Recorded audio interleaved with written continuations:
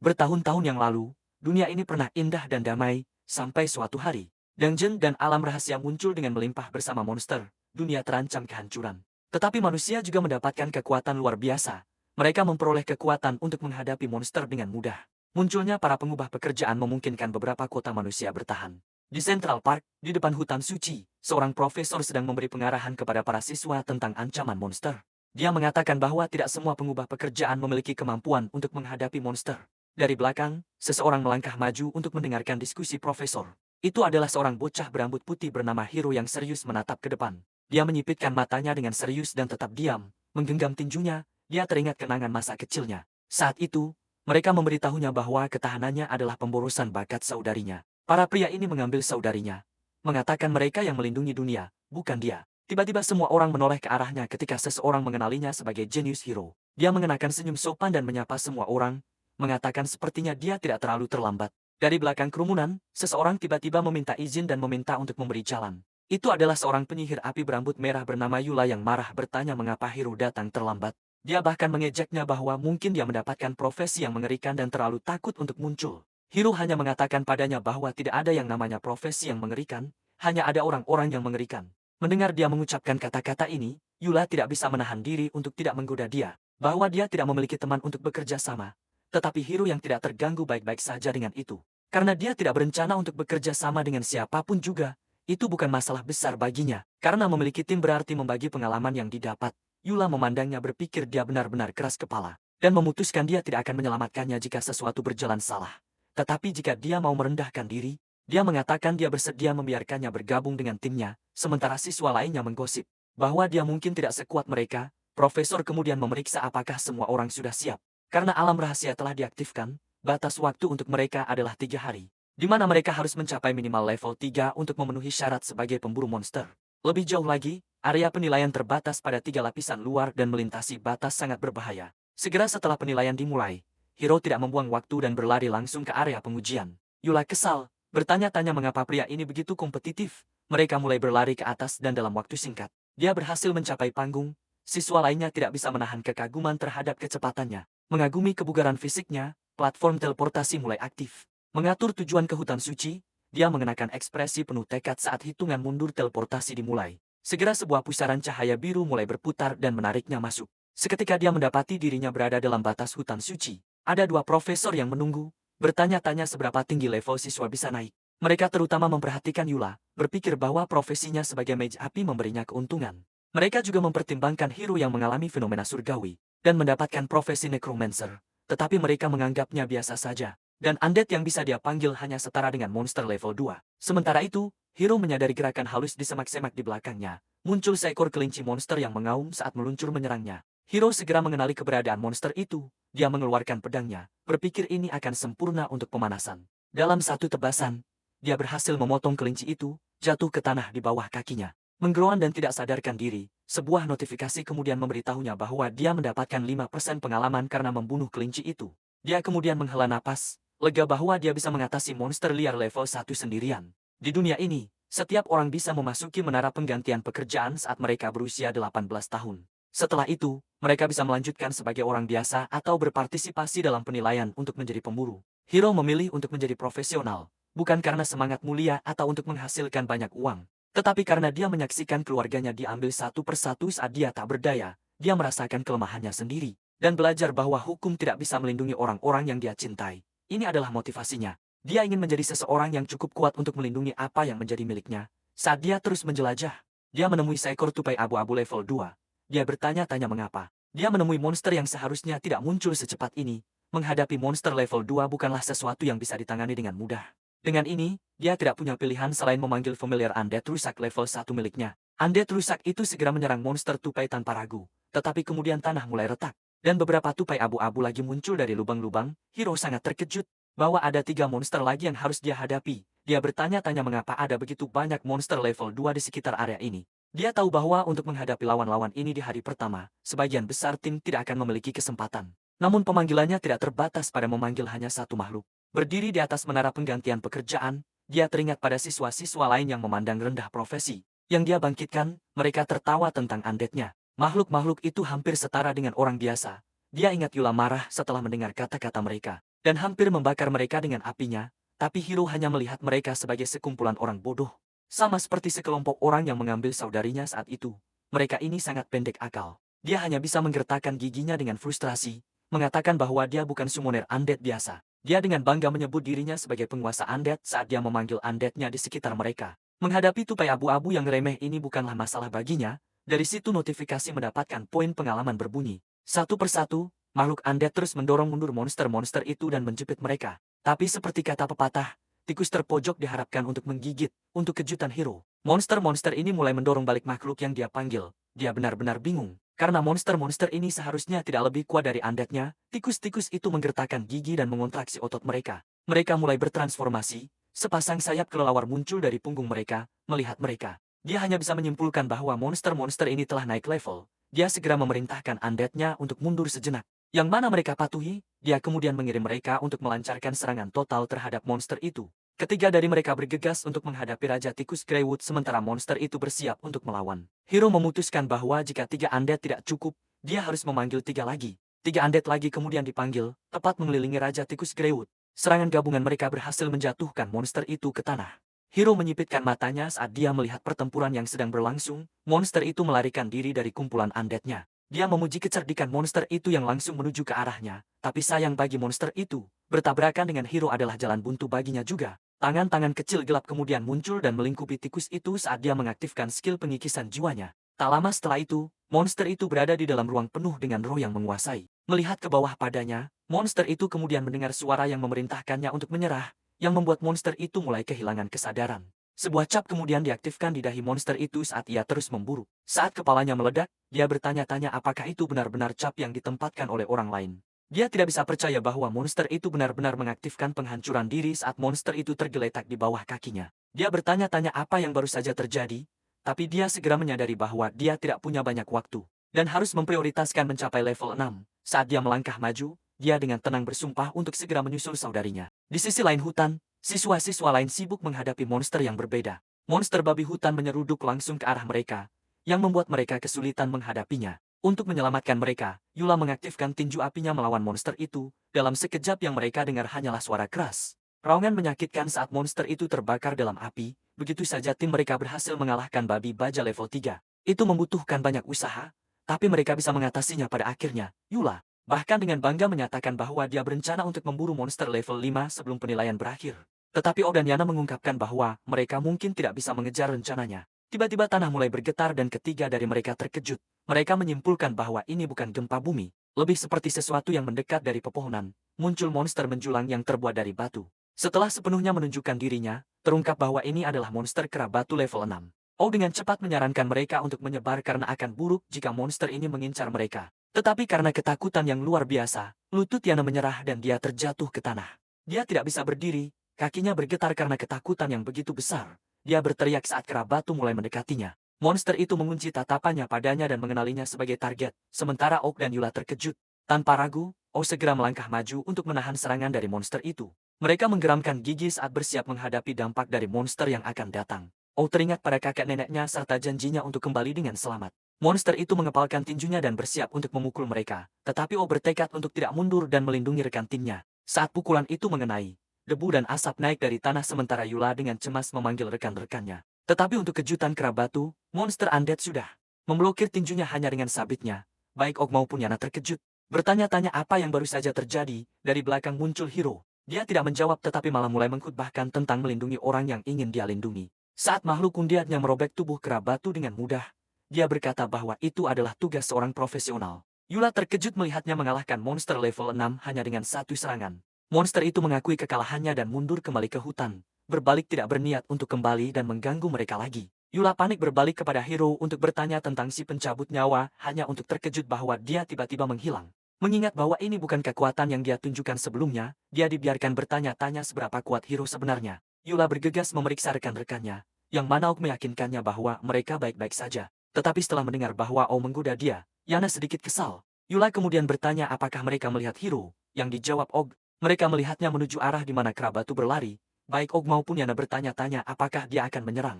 Setelah sang pencabut nyawa melukainya, saat itulah Yula bertanya kepada mereka, apakah mereka ingat apa profesi Hiro di upacara transisi pekerjaan. Mereka berdua bertukar pandang saat mereka ingat bahwa dia adalah seorang pemanggil undead. Tetapi kemudian terkejut ketika akhirnya mereka menyadari apa yang terjadi. Yula benci mengakuinya, tetapi dia tidak punya pilihan dan harus mengakui. Ada kemungkinan besar bahwa Hiro mungkin lebih kuat daripada yang bisa mereka bayangkan. Sementara itu, kera batu yang melarikan diri terlihat mundur kembali ke pegunungan. Tetapi sedikit yang dia tahu, Hiro sudah melacaknya dan bertanya siapa yang memerintahkannya. Kera batu hanya berteriak padanya sebagai balasan, melihat bahwa tidak ada harapan bagi monster ini untuk berbicara. Dia memutuskan untuk menggunakannya sebagai subjek percobaan, dia mengaktifkan keterampilan membaca ingatannya, dan meningkatkan keterampilan erosi jiwanya. Kera batu menyipitkan matanya saat keterampilan Hiro mulai berpengaruh.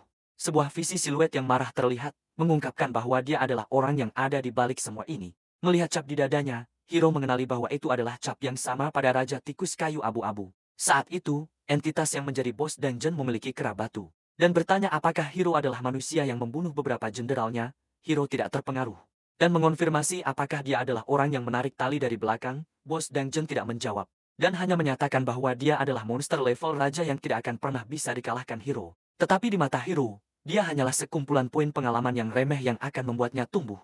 Bos dungeon tertawa pada kesombongannya dan mengancam akan menelan umat manusia begitu dia dihidupkan kembali. Mendengar ini membuat Hiro marah, membuatnya mengepalkan tinjunya. Atas perintahnya, sang pencabut nyawa langsung memenggal kepala kera batu dengan mudah.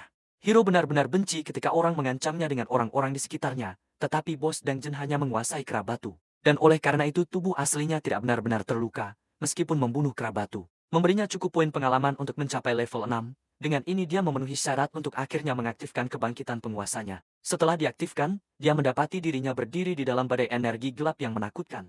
Dia kemudian melihat Visiula, Yana, dan Og tiba-tiba. Ketiganya terkejut melihat sesuatu di depan mereka. Berdiri di depan mereka adalah makhluk seperti ular raksasa dan siluet seorang pria misterius yang melihatnya. Hiro terkejut saat dia menyadari bahwa itu adalah kaisar sejati, percikan ungu. Dan makhluk seperti naga terlihat mengintai dari dalam awan di antara kerumunan penasaran yang menyaksikan pemandangan ini dari bawah.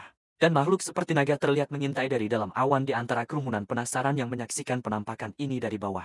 Adalah seorang wanita misterius, dia hanya tersenyum dan memperbaiki topinya saat dia menyadari bahwa ini adalah kebangkitan kedua. Dia kemudian berbalik untuk pergi sambil berkata sayang sekali mereka harus meninggalkan kota. Kembali di tempat perlindungan hutan, para profesor merasa bersemangat dan cemas dengan kebangkitan kedua. Batu spasial, mereka sudah mencoba segala cara tetapi jalan masuknya masih tidak memberikan respons. Para profesor takut bahwa ini mungkin bukan sementara dan bahwa alam rahasia tampaknya telah tertutup permanen. Sementara itu, upacara pengorbanan besar akhirnya selesai dan manusia tidak bisa melarikan diri lagi. Bos penjara memerintahkan pelayannya untuk melepaskan kekacauan karena tidak ada yang akan mengganggu mereka lagi. Sementara itu, sekelompok siswa sedang berjalan santai di sekitar hutan.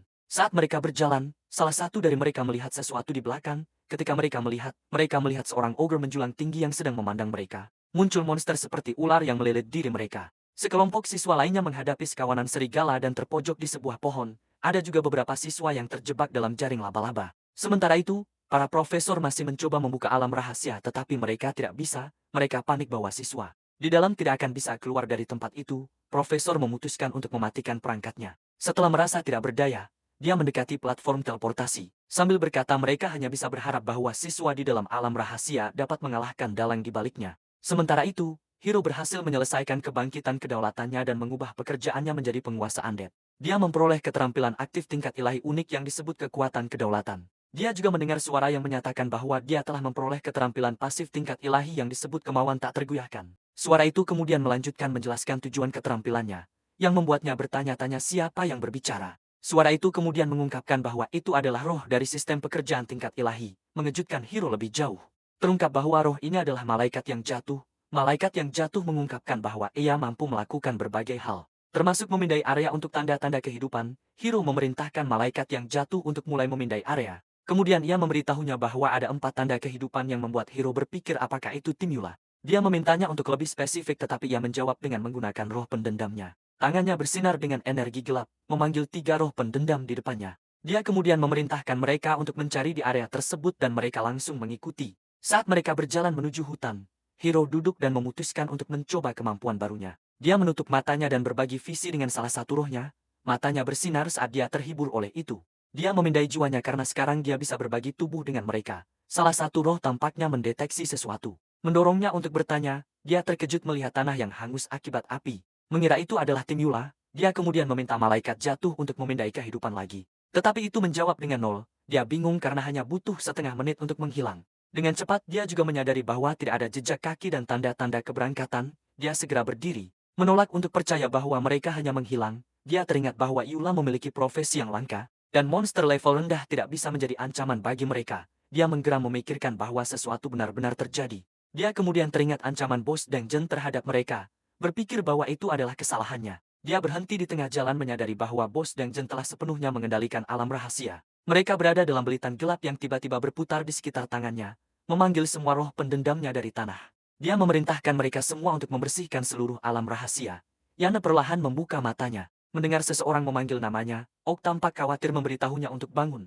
Di dalam gua gelap, para pemburu bingung dan saling bertanya dengan berbagai pertanyaan. Bos Deng Zhen menyambut mereka, menarik perhatian mereka semua. Energi merah tiba-tiba muncul, mendorong kedua siswa untuk mundur.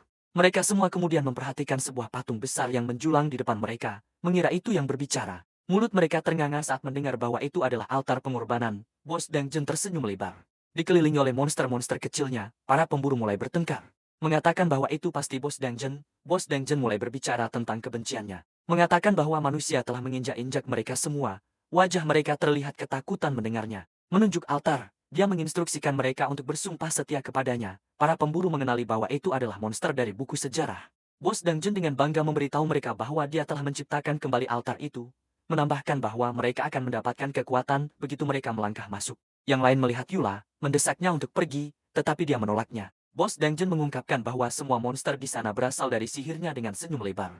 Dia mengungkapkan bahwa hanya manusia yang bisa sepenuhnya menyerap kekuatan karena Tuhan bencana dulunya adalah manusia. Mendorong para pemburu bereaksi dengan terkejut, mengangkat tangannya. Bos Deng Zhen mengungkapkan sifat sebenarnya dari manusia. Dia kemudian bertanya kepada mereka apakah mereka memilih untuk bertahan hidup atau mati. Menyebabkan pria berambut kuning bernama Goku merenung. Dia mulai berjalan menuju tangga, memperingatkan orang-orang di sekitarnya. Yang lainnya mulai menanyakannya tetapi dia hanya menjawab bahwa dia ingin menjadi lebih kuat. Sebuah ledakan tiba-tiba terjadi di atas menyebabkan mereka bersiap-siap. Goku tiba-tiba menoleh saat Yula memanggilnya bodoh sambil mengangkat tangannya yang menyala. Karena tampaknya itu adalah jebakan, Goku mengejek mengatakan bahwa mereka yang memiliki profesi langka. Seperti Yula bisa menjadi lebih kuat lebih cepat, membelakangi mereka. Dia memutuskan untuk pergi. Meskipun itu sebuah skema, karena ini adalah kesempatan baginya, Og memberitahu Yula untuk mengabaikannya karena dia tidak akan mendengarkan. Goku melompat ke atas mendarat di depan patung, dia mengulurkan tangannya meminta untuk menjadi protagonis. Bos Deng Zhen tertawa geli sambil menunggu itu terjadi, tiba-tiba patung itu mengeluarkan asap merah dari mulutnya. Asap itu melingkupi pria yang sangat bersemangat untuk menjadi lebih kuat, matanya membelalak saat merasakan energi mengalir dalam tubuhnya. Dia kemudian tertawa sementara sosoknya berubah di tengah asap. Tubuh Goku menjadi kekar dan merah saat dia berubah menjadi iblis jatuh level 7. Para pemburu menyadari bahwa dia benar-benar menjadi lebih kuat tetapi penampilannya berubah. Bos Deng Zhen memerintahkannya untuk membuktikan kesetiaannya kepada mereka, mendorong pria itu bertanya bagaimana dia bisa melakukannya. Wajah Bos Deng Zhen menjadi terdistorsi saat dia memerintahkannya untuk membunuh semua manusia di dalam. Mendorongnya untuk menghadapi mereka dan mengambil pedangnya di belakang, Goku tidak lagi berbentuk dan berpenampilan manusia. Melihatnya, teman-teman sekelasnya marah padanya karena dia mengkhianati umat manusia. Sementara itu, Bos Deng Zhen dan para monster tampaknya menikmati pertunjukan manusia yang merasa takut. Salah satu teman sekelas mereka yang populer bernama Zina kemudian mengancam akan memberitahu ayahnya jika dia membantu para monster, yang hanya dibalas Goku dengan tatapan dingin.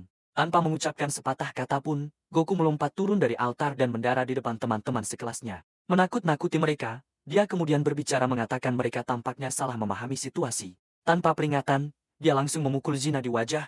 Semua orang sangat terkejut, mengira Goku telah membunuhnya dari semua hal yang dibenci Goku. Itu adalah orang-orang sombong yang paling mengganggunya, semua orang panik dan melarikan diri. Saat mereka menyadari Goku serius ingin membunuh mereka, Yula mendesak semua orang untuk tidak lari dan bekerja sama. Tetapi mereka terlalu takut, satu persatu mereka melompat dari platform. Berusaha keras untuk melarikan diri. Goku menerobos mereka seperti kilat merah. Saat dia mengacaukan, dia melemparkan beberapa proyektil ke arah siswa yang berhasil mengenai semuanya saat mereka melarikan diri. Salah satu gadis bahkan tersandung dan jatuh saat proyektil mendekat. Untungnya cincin api muncul untuk memblokir serangan itu. Goku menggertakkan giginya bertanya-tanya apa yang baru saja terjadi. Dia kemudian melihat bahwa itu adalah Yula yang bersiap untuk putaran berikutnya. Marah, Goku meledak dengan kekuatan merah yang luar biasa saat dia bersiap untuk menyerang. Dia yakin bahwa bentuk iblisnya sekarang bisa melawan Yula tetapi kemudian yang terakhir mengaktifkan armor Phoenix Feather-nya untuk memblokir. Namun serangan Goku begitu kuat sehingga Yula kesulitan untuk memblokirnya. Dia terlempar. Dan O serta Yana beruntung menangkapnya. Goku tersenyum percaya diri sambil menyatakan bahwa mereka tidak cukup baik untuk menghentikannya. Yula dan timnya bingung harus berbuat apa sementara Goku terus memamerkan kekuatannya. Yula memutuskan bahwa mereka harus membeli waktu sampai bantuan datang. Og ragu karena tidak ada yang bisa menyelamatkan mereka. Tetapi Yula percaya bahwa mereka masih punya harapan. Lagi pula mereka masih punya hero yang sedang mencarikan mereka. Saat Hero Samen melewati batas, Hero akhirnya mengetahui melalui berbagi indera bahwa itu telah disembunyikan. Tidak heran dia tidak bisa menemukan sarangnya setelah pencarian yang panjang. Bos Dungeon kemudian terkejut melihat monsternya kembali tanpa perintahnya. Monster itu melapor bahwa ada manusia di luar yang membunuh semua iblis di luar. Bos Dungeon itu marah. Tetapi dia tahu bahwa sekarang bukan waktu yang kritis, tetapi melihat Goku. Dia tahu bahwa tidak akan lama sebelum manusia dihilangkan. Goku sudah kehilangan kewarasannya. Terkorupsi oleh kekuatan iblis, Yula dan timnya bertanya-tanya mengapa dia menjadi seperti monster. Yula juga kehabisan tenaga, dia sudah mencapai batasnya. Dia terjatuh ke tanah, menyesal karena tidak bisa mengejar hero lagi. Tiba-tiba ada ledakan kuat dari atas, perhatian Goku tertarik saat sebuah proyektil mendekatinya dari belakang. Itu adalah hero yang meminta maaf karena datang terlambat saat pedangnya menerobos dada Goku. Goku berdiri di sana menggeram sambil melihat pedang yang menonjol dari dadanya. Hero kemudian mendarat dengan gaya saat Goku jatuh ke tanah. Tim Yula melihatnya dengan terkejut sambil memanggil namanya. Saat dia berdiri di depan mereka, mata Hero memindai tempat itu, yang dipenuhi dengan mayat teman sekelasnya. Rasa bersalah menghantamnya keras saat dia meminta maaf karena datang terlambat.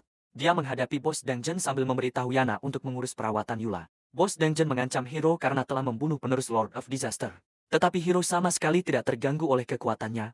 Bos Dungeon yang marah segera memerintahkan anak buahnya. Para iblis senang karena mereka ditugaskan untuk membunuh sisa manusia. Meskipun tahu kekuatan Hero, Eji khawatir dan maju untuk membantunya. Tetapi Hero meyakinkannya bahwa dia tidak bertarung sendirian. Hoji salah paham. Mengira dia mengharapkannya untuk bertarung bersamanya, Hero menarik bahunya dan menjelaskan bahwa dia tidak bermaksud begitu. Maksudnya adalah dia bisa memanggil pasukan undead yang kuat. Itu adalah sumonya melawan anak buah Bos Dungeon. Saling berhadapan dalam tatapan tegang, perang besar pecah dalam waktu singkat. Mengacaukan seluruh tempat, O berkomentar bahwa monster tingkat tinggi itu tidak ada tandingannya untuk summon Hero. Tetapi Hero tahu bahwa Bos masih merencanakan sesuatu. Dia berspekulasi bahwa mungkin dia tidak pernah membutuhkan penerus sejak awal. Dia kemudian menyadari bahwa dia berencana menggunakan Mark untuk mengendalikan kekuatan Lord of Disaster secara tidak langsung. Tetapi tiba-tiba Goku bangkit sebagai Lord of Disaster dan menyerangnya di perut.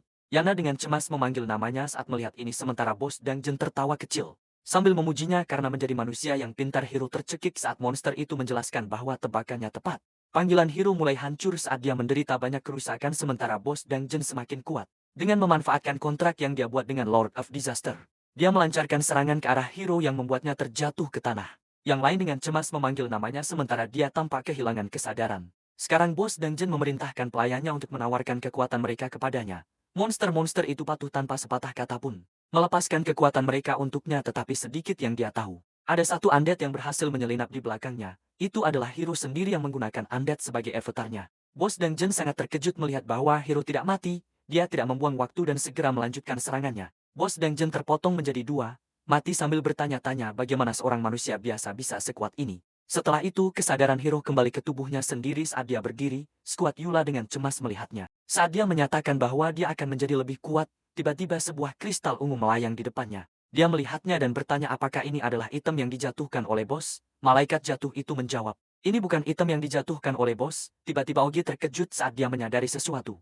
Dia kemudian memberitahu Hero untuk waspada karena Lord of Disaster berdiri di sampingnya. Hanya saat itu Hero menyadari bahwa dia telah melupakan musuh ini. Lord of Disaster tidak membuang waktu dan segera memukulnya. Yang berhasil dia hindari tetapi masih cukup kuat untuk mengirimnya meluncur ke belakang.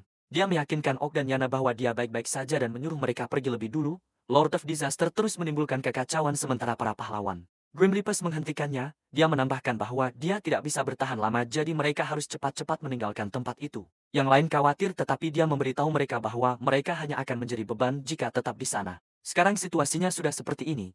Mereka tidak punya pilihan selain percaya padanya. Apa yang membuat ujian ini begitu lama? Mereka mengumpulkan para penguji untuk memberitahu mereka apa yang sebenarnya terjadi. Tiba-tiba platform teleportasi memancarkan cahaya biru terang. Semua orang terkejut melihat seseorang telah terteleportasi. Ketika mereka melihat itu adalah Ok, Yana, dan Yula. Mereka segera memanggil para medis karena Yula terluka. Ayahnya dengan cemas memanggilnya saat melihat keadaannya. Para profesor lainnya kemudian bertanya kapan perawatan medis akan datang. Mereka beralih ke Ok. Bertanya apa yang terjadi di dalam dan di mana sisa siswa yang terlihat berlinang air mata. Dia dengan menyesal melaporkan bahwa mereka semua telah meninggal. Mengejutkan semua orang, mereka kemudian melihat kepada orang tua yang semakin cemas. Suasana langsung menjadi suram, mereka tidak punya pilihan. Selain memberikan penjelasan kepada orang tua mengenai masalah ini, sementara itu ada pemburu lain yang menunggu di luar. Bagi mereka yang keluar dari ujian, tampaknya mereka berharap Hiro telah mati di dungeon itu. Tiba-tiba semua orang terkejut saat diumumkan bahwa seseorang akan keluar. Tidak lain adalah Hiro yang terjatuh ke tanah. Semua orang panik karena mereka mengira dia telah mati. Og dengan khawatir memanggil namanya. Memohon agar dia tidak mati, dia kemudian membuka matanya dan memberitahu mereka bahwa dia masih hidup. Oh terkejut, bertanya-tanya apakah dia benar-benar mengalahkan monster itu. Tetapi dia berkata bahwa dia tidak melakukannya. Monster itu sangat kuat dan dia hanya bisa menguburnya di gua. Profesor mengenalinya sebagai orang yang mengalami kebangkitan kedua di dungeon. Saat mereka berbicara, energi ungu tiba-tiba muncul dari dada Hiro. Hiro menyadarinya dan membuka matanya. Dia tahu bahwa seseorang secara diam-diam menyerangnya. Dia juga merasa tidak bisa memanggil undead. Dan bertanya kepada malaikat jatuh apa yang sedang terjadi. Malaikat jatuh itu mengungkapkan bahwa dia berada di bawah pengaruh sihir terlarang. Dia terkejut bahwa ada kemampuan seperti itu. Dan bertanya-tanya siapa yang melakukan itu padanya. Profesor kemudian bertanya apa itu. Yang dijawabnya tidak ada. Dia kemudian merasa aneh bahwa perasaan itu baru saja menghilang. Profesor kemudian meminta maaf karena tidak membawanya segera untuk perawatan medis. Namun mereka perlu menanyakan beberapa pertanyaan agar bisa menjelaskan kepada keluarga siswa. Malam hari datang dengan cepat. Hiro sedang berjalan pulang sambil berpikir bahwa akhirnya semuanya telah berakhir. Dia teringat tatapan terkejut profesor ketika dia mengungkapkan monster-monster yang dia lawan di dalam. Mereka berspekulasi bahwa ada beberapa kekuatan eksternal yang mungkin telah digunakan di dungeon itu. Hiro kemudian bertanya apakah mereka meragukan ceritanya. Tetapi para profesor adalah ahli telepati. Dia tersenyum mengingat bahwa sebagian besar yang dia katakan memang benar. Tetapi intuisinya memberitahunya bahwa kristal itu memancarkan aura nekromantis yang tidak bisa diceritakan. Tiba-tiba, dia berbalik saat mendengar suara memanggilnya dari belakang. Dia tidak membuang waktu dan segera memanggil pasukan Grim Reapers-nya. Orang-orang ini kemudian memujinya karena mampu memanggil familiar tingkat tinggi. Tetapi pria itu adalah pembunuh profesional level 13 dan yakin akan kecepatannya. Dia mengklaim Hiro hanyalah seorang yang rentan dan menyerangnya. Para Grim Reapers menusuk klon-klon pembunuh itu. Tetapi pembunuh asli berhasil menyelinap di belakangnya, tidak ingin diganggu lagi.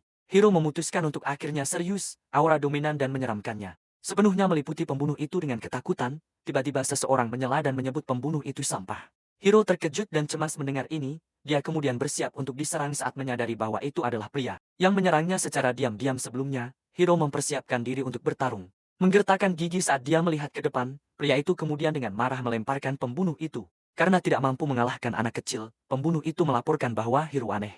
Setelah mengalami keterampilannya sebelumnya, Hiro bertanya siapa orang-orang ini. Yang mana San hanya memberi pembunuh itu 1 menit untuk mengalahkannya. Tetapi pembunuh itu dengan percaya diri mengatakan dia hanya butuh 30 detik. Dengan bantuan Shan, dia kemudian memotong Hiro dari semua sudut sementara yang terakhir hanya bisa memblokir.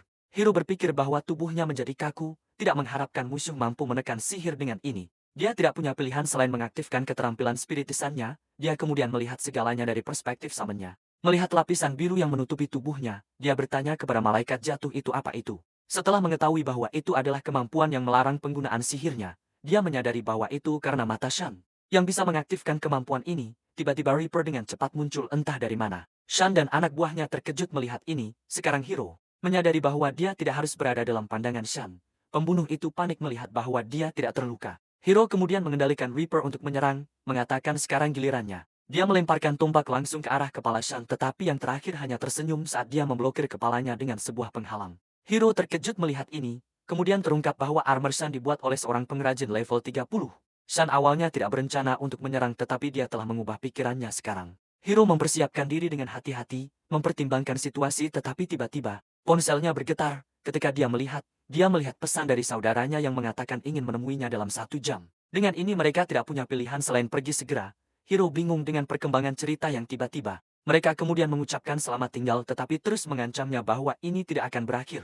Di cabang kota administrasi, para profesor sedang membicarakan insiden terbaru di dalam dungeon. Mereka khawatir ada sesuatu yang berbahaya tersisa di sana tetapi kemudian pria di sisi lain tiba-tiba memarahinya karena terlalu ikut campur dalam urusan dungeon. Pria itu kemudian bertanya mengapa hanya 5 orang yang tersisa hidup. Profesor itu kemudian melaporkan bahwa seseorang berhasil meningkatkan level hingga level 10 dalam ujian pemula di rumah Hiro. Dia mencoba memeriksa permata nekromansi yang dia peroleh, lalu berspekulasi bahwa ini adalah kristal. Di balik penutupan dungeon dari dalam, aura yang dipancarkannya sangat mirip dengan yang dimiliki oleh orang mati. Untuk mengujinya, dia menggunakan pedangnya dan mengayunkan ke bawah ke arah permata. Permata itu tidak bergerak dan hanya mengeluarkan gelombang kejut yang kuat. Hiro hanya bisa terisak saat tangannya bergetar. Karena rasa sakit, melihat bahwa permata itu sama sekali tidak bergerak, dia kembali ke tubuhnya dan memerintahkan para Reaper untuk menyerangnya. Secara bersamaan, menggunakan otoritas rajanya, dia memberi mereka sinyal untuk menyerang. Suara keras terdengar, yang membuat tetangganya berteriak marah padanya karena membuat kebisingan. Di tengah malam, dia bertanya-tanya bahan apa yang membuat permata ini tidak bisa dihancurkan. Dia bertanya-tanya apakah itu karena dia terlalu lemah dan atributnya terlalu rendah. Ponselnya kemudian bergetar, menarik perhatiannya. Dia lalu mengangkat telepon dan bertanya siapa itu. Itu adalah profesor yang melaporkan bahwa beberapa orang telah datang ke area Warcraft. Ternyata mereka mengejar Gold Scroll Hunt. Mendengar ini Hiro bertanya apa itu dan apakah semua orang akan berpartisipasi. Ternyata ini adalah kompetisi peringkat di antara berbagai masyarakat dan mereka mengincar item drop dari monster level tinggi. Profesor bertanya mengapa dia bertanya tentang ini, yang membuat Hiro diam-diam bertanya-tanya apakah orang itu juga akan berpartisipasi. Dia kemudian menyatakan bahwa dia juga ingin pergi ke tempat itu. Profesor terkejut karena area itu memiliki monster di atas level 15. Hiro berdiri di depan pos pemeriksaan Daxia, tempat yang harus dilalui semua orang untuk meninggalkan kota secara legal. Dia ingat profesor bersikeras bahwa dia harus berjanji satu hal, pergi sendirian akan lebih mudah baginya. Tetapi ID-nya belum siap, sementara itu terdengar suara memanggil Paman Jin. Dia bahkan melambaikan tangannya untuk menarik perhatiannya ketika mereka akhirnya melihat satu sama lain. Mereka kemudian saling menyapa. Paman Jin menyuruh semua orang untuk bersantai. Meskipun mereka masih membutuhkan satu orang lagi ketika ditanya tentang pembagian loot. Dia berkata bahwa anak level 10 tidak akan mendapatkan bagian. Yang lainnya kemudian memintanya untuk menjelaskan mengapa mereka harus membawa beban mati. Jin kemudian memberitahu mereka bahwa mereka akan mendapatkan uang jika bisa membawa anak itu bersama mereka. Dan membawanya kembali hidup-hidup. Semua orang terkejut dan memiliki reaksi campur aduk tentang ini. Jin biasanya akan menolak juga, tetapi dia mengungkapkan bahwa raid ini berbeda. Sementara mereka berbicara, Hiro sudah berdiri di depan mereka. Jin kemudian memintanya untuk memperkenalkan diri. Yang dia lakukan, Freddy memperkenalkan dirinya tetapi mengaktifkan skill melawannya. Hiro terjebak dalam skill ilusi untuk sesaat tetapi segera menghilangkannya sambil dengan sopan memberitahunya bahwa dia hanya ada di sana untuk belajar dari senior-seniornya. Freddy tiba-tiba merasakan sakit tajam ketika skillnya berbalik menyerangnya. Jin lalu meminta pasnya sementara Freddy menganggap dia aneh. Hiro menyadari bahwa Freddy tidak ingin dia bergabung dalam raid ini. Semuanya sudah diatur dan mereka siap berangkat. Sementara Hiro berpikir mencari alasan untuk menyelinap pergi, di dalam mereka berencana untuk menambang kristal sihir. Yang sangat penting untuk membuat senjata dan meracik ramuan karena hanya ditemukan pada binatang level 15. Pengrajin biasanya menyewa orang lain untuk mendapatkan kristal tersebut dan pemburu kristal seperti Jin dan kelompoknya adalah penyerang lepas yang memburu inti binatang. Hiro bertanya apa langkah pertama mereka. Yang dijawab Jin bahwa mereka akan menyimpang dari biasanya. Dia mengungkapkan bahwa ada intel yang dapat diandalkan. Tentang binatang emas yang terluka parah di Gunung Barat, semua terkejut mendengar ini kecuali Hiro, yang harus bertanya apa itu, Emily. Kemudian menjelaskan bahwa binatang emas bisa menjatuhkan gulungan emas. Mendengar ini Hiro berpikir lebih baik ikut bersama mereka. Semua sangat antusias dengan ide bahwa mereka akan mendapatkan harta karun dalam raid ini. Hati-hati seperti biasa, Jack bertanya dari mana dia mendapatkan intel tersebut. Jin mengungkapkan bahwa pendukung Hiro adalah orang yang memberikan intel kepada mereka. Jack terlihat tidak terkesan tetapi dia tidak mengucapkan sepatah kata pun. Baginya, ini masih terasa terlalu bagus untuk menjadi kenyataan. Sekarang mereka sudah siap. Jin memanggil burung familiarnya yang besar. Hiro melihatnya terkejut mengetahui bahwa dia juga seorang penyumon, mendengar bahwa mereka mengejar Viper taring biru level 20. Semua sangat antusias. Jin sudah melakukan pengintaian tempat dan menyiapkan langkah antisipasi untuk binatang tersebut.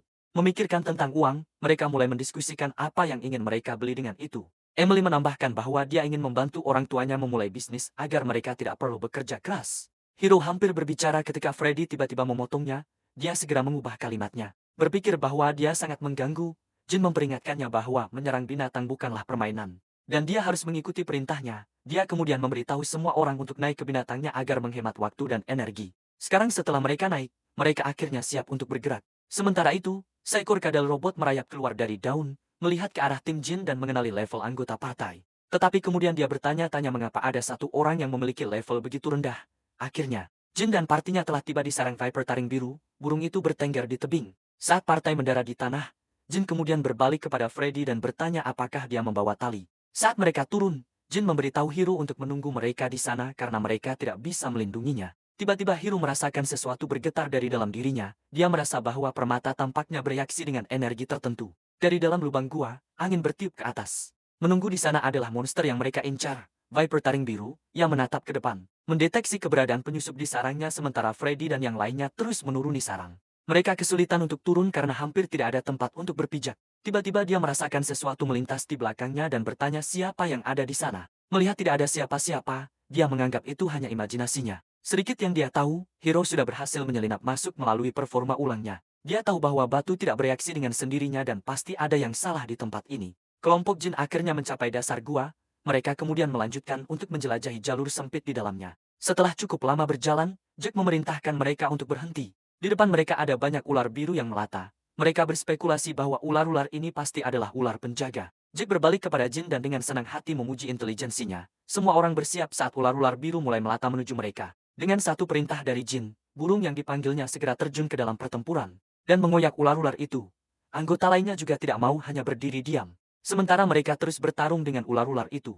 Hiro ada di sana mengawasi mereka. Dia merasa aneh bahwa ular-ular ini memiliki lebih dari sekadar aura mereka sendiri. Dia merasa ada jenis energi lain yang tercampur dengan mereka. Dia kemudian terkejut karena monster normal cepat menghilang setelah mati, tetapi tubuh mereka masih ada di sana. Tiba-tiba tubuh ular yang mati mulai membengkak dengan cahaya hijau, lalu meledak melepaskan awan gas beracun tebal ke arah mereka. Jin terkejut, dia tidak menyangka ini akan terjadi. Mereka kemudian berbalik kepada Emily dan memintanya untuk menggunakan dispel. Tetapi dengan horor, Emily mendapati dirinya tidak bisa menggunakan keterampilan apapun. Jin bertanya-tanya apa yang sedang terjadi, dan apakah ular Azure benar-benar bisa melakukan ini. Sementara ular lainnya melata di antara mereka sambil tertawa. Ular itu kemudian mendekati Jin dengan sarkastis menanyakan tentang intel yang dijualnya. Jin terkejut, bertanya-tanya mengapa dia melakukan ini setelah membayar banyak untuk intel tersebut. Tetapi ular itu hanya tertawa pada Jin karena terpesona oleh gulungan emas yang sepele. Tema ular itu mengungkapkan bahwa dia adalah kelas pemburu. Hiro terkejut mendengarnya. Dia adalah jenis yang menyergap dan memburu orang di alam liar. Jin memerintahkan anak buahnya untuk mundur dan melupakan gulungan emas. Tiba-tiba ruangan itu dipenuhi dengan jenis asap lainnya. Ular itu melata kembali ke terowongan, mengatakan bahwa Raja Ular akhirnya terbangun dan akan mengejar mereka, lalu berbalik kepada Emily, mengusulkan untuk menyelamatkannya jika dia mau menjadi penyembuhnya. Freddy yang marah tiba-tiba mengayunkan kepala robot itu.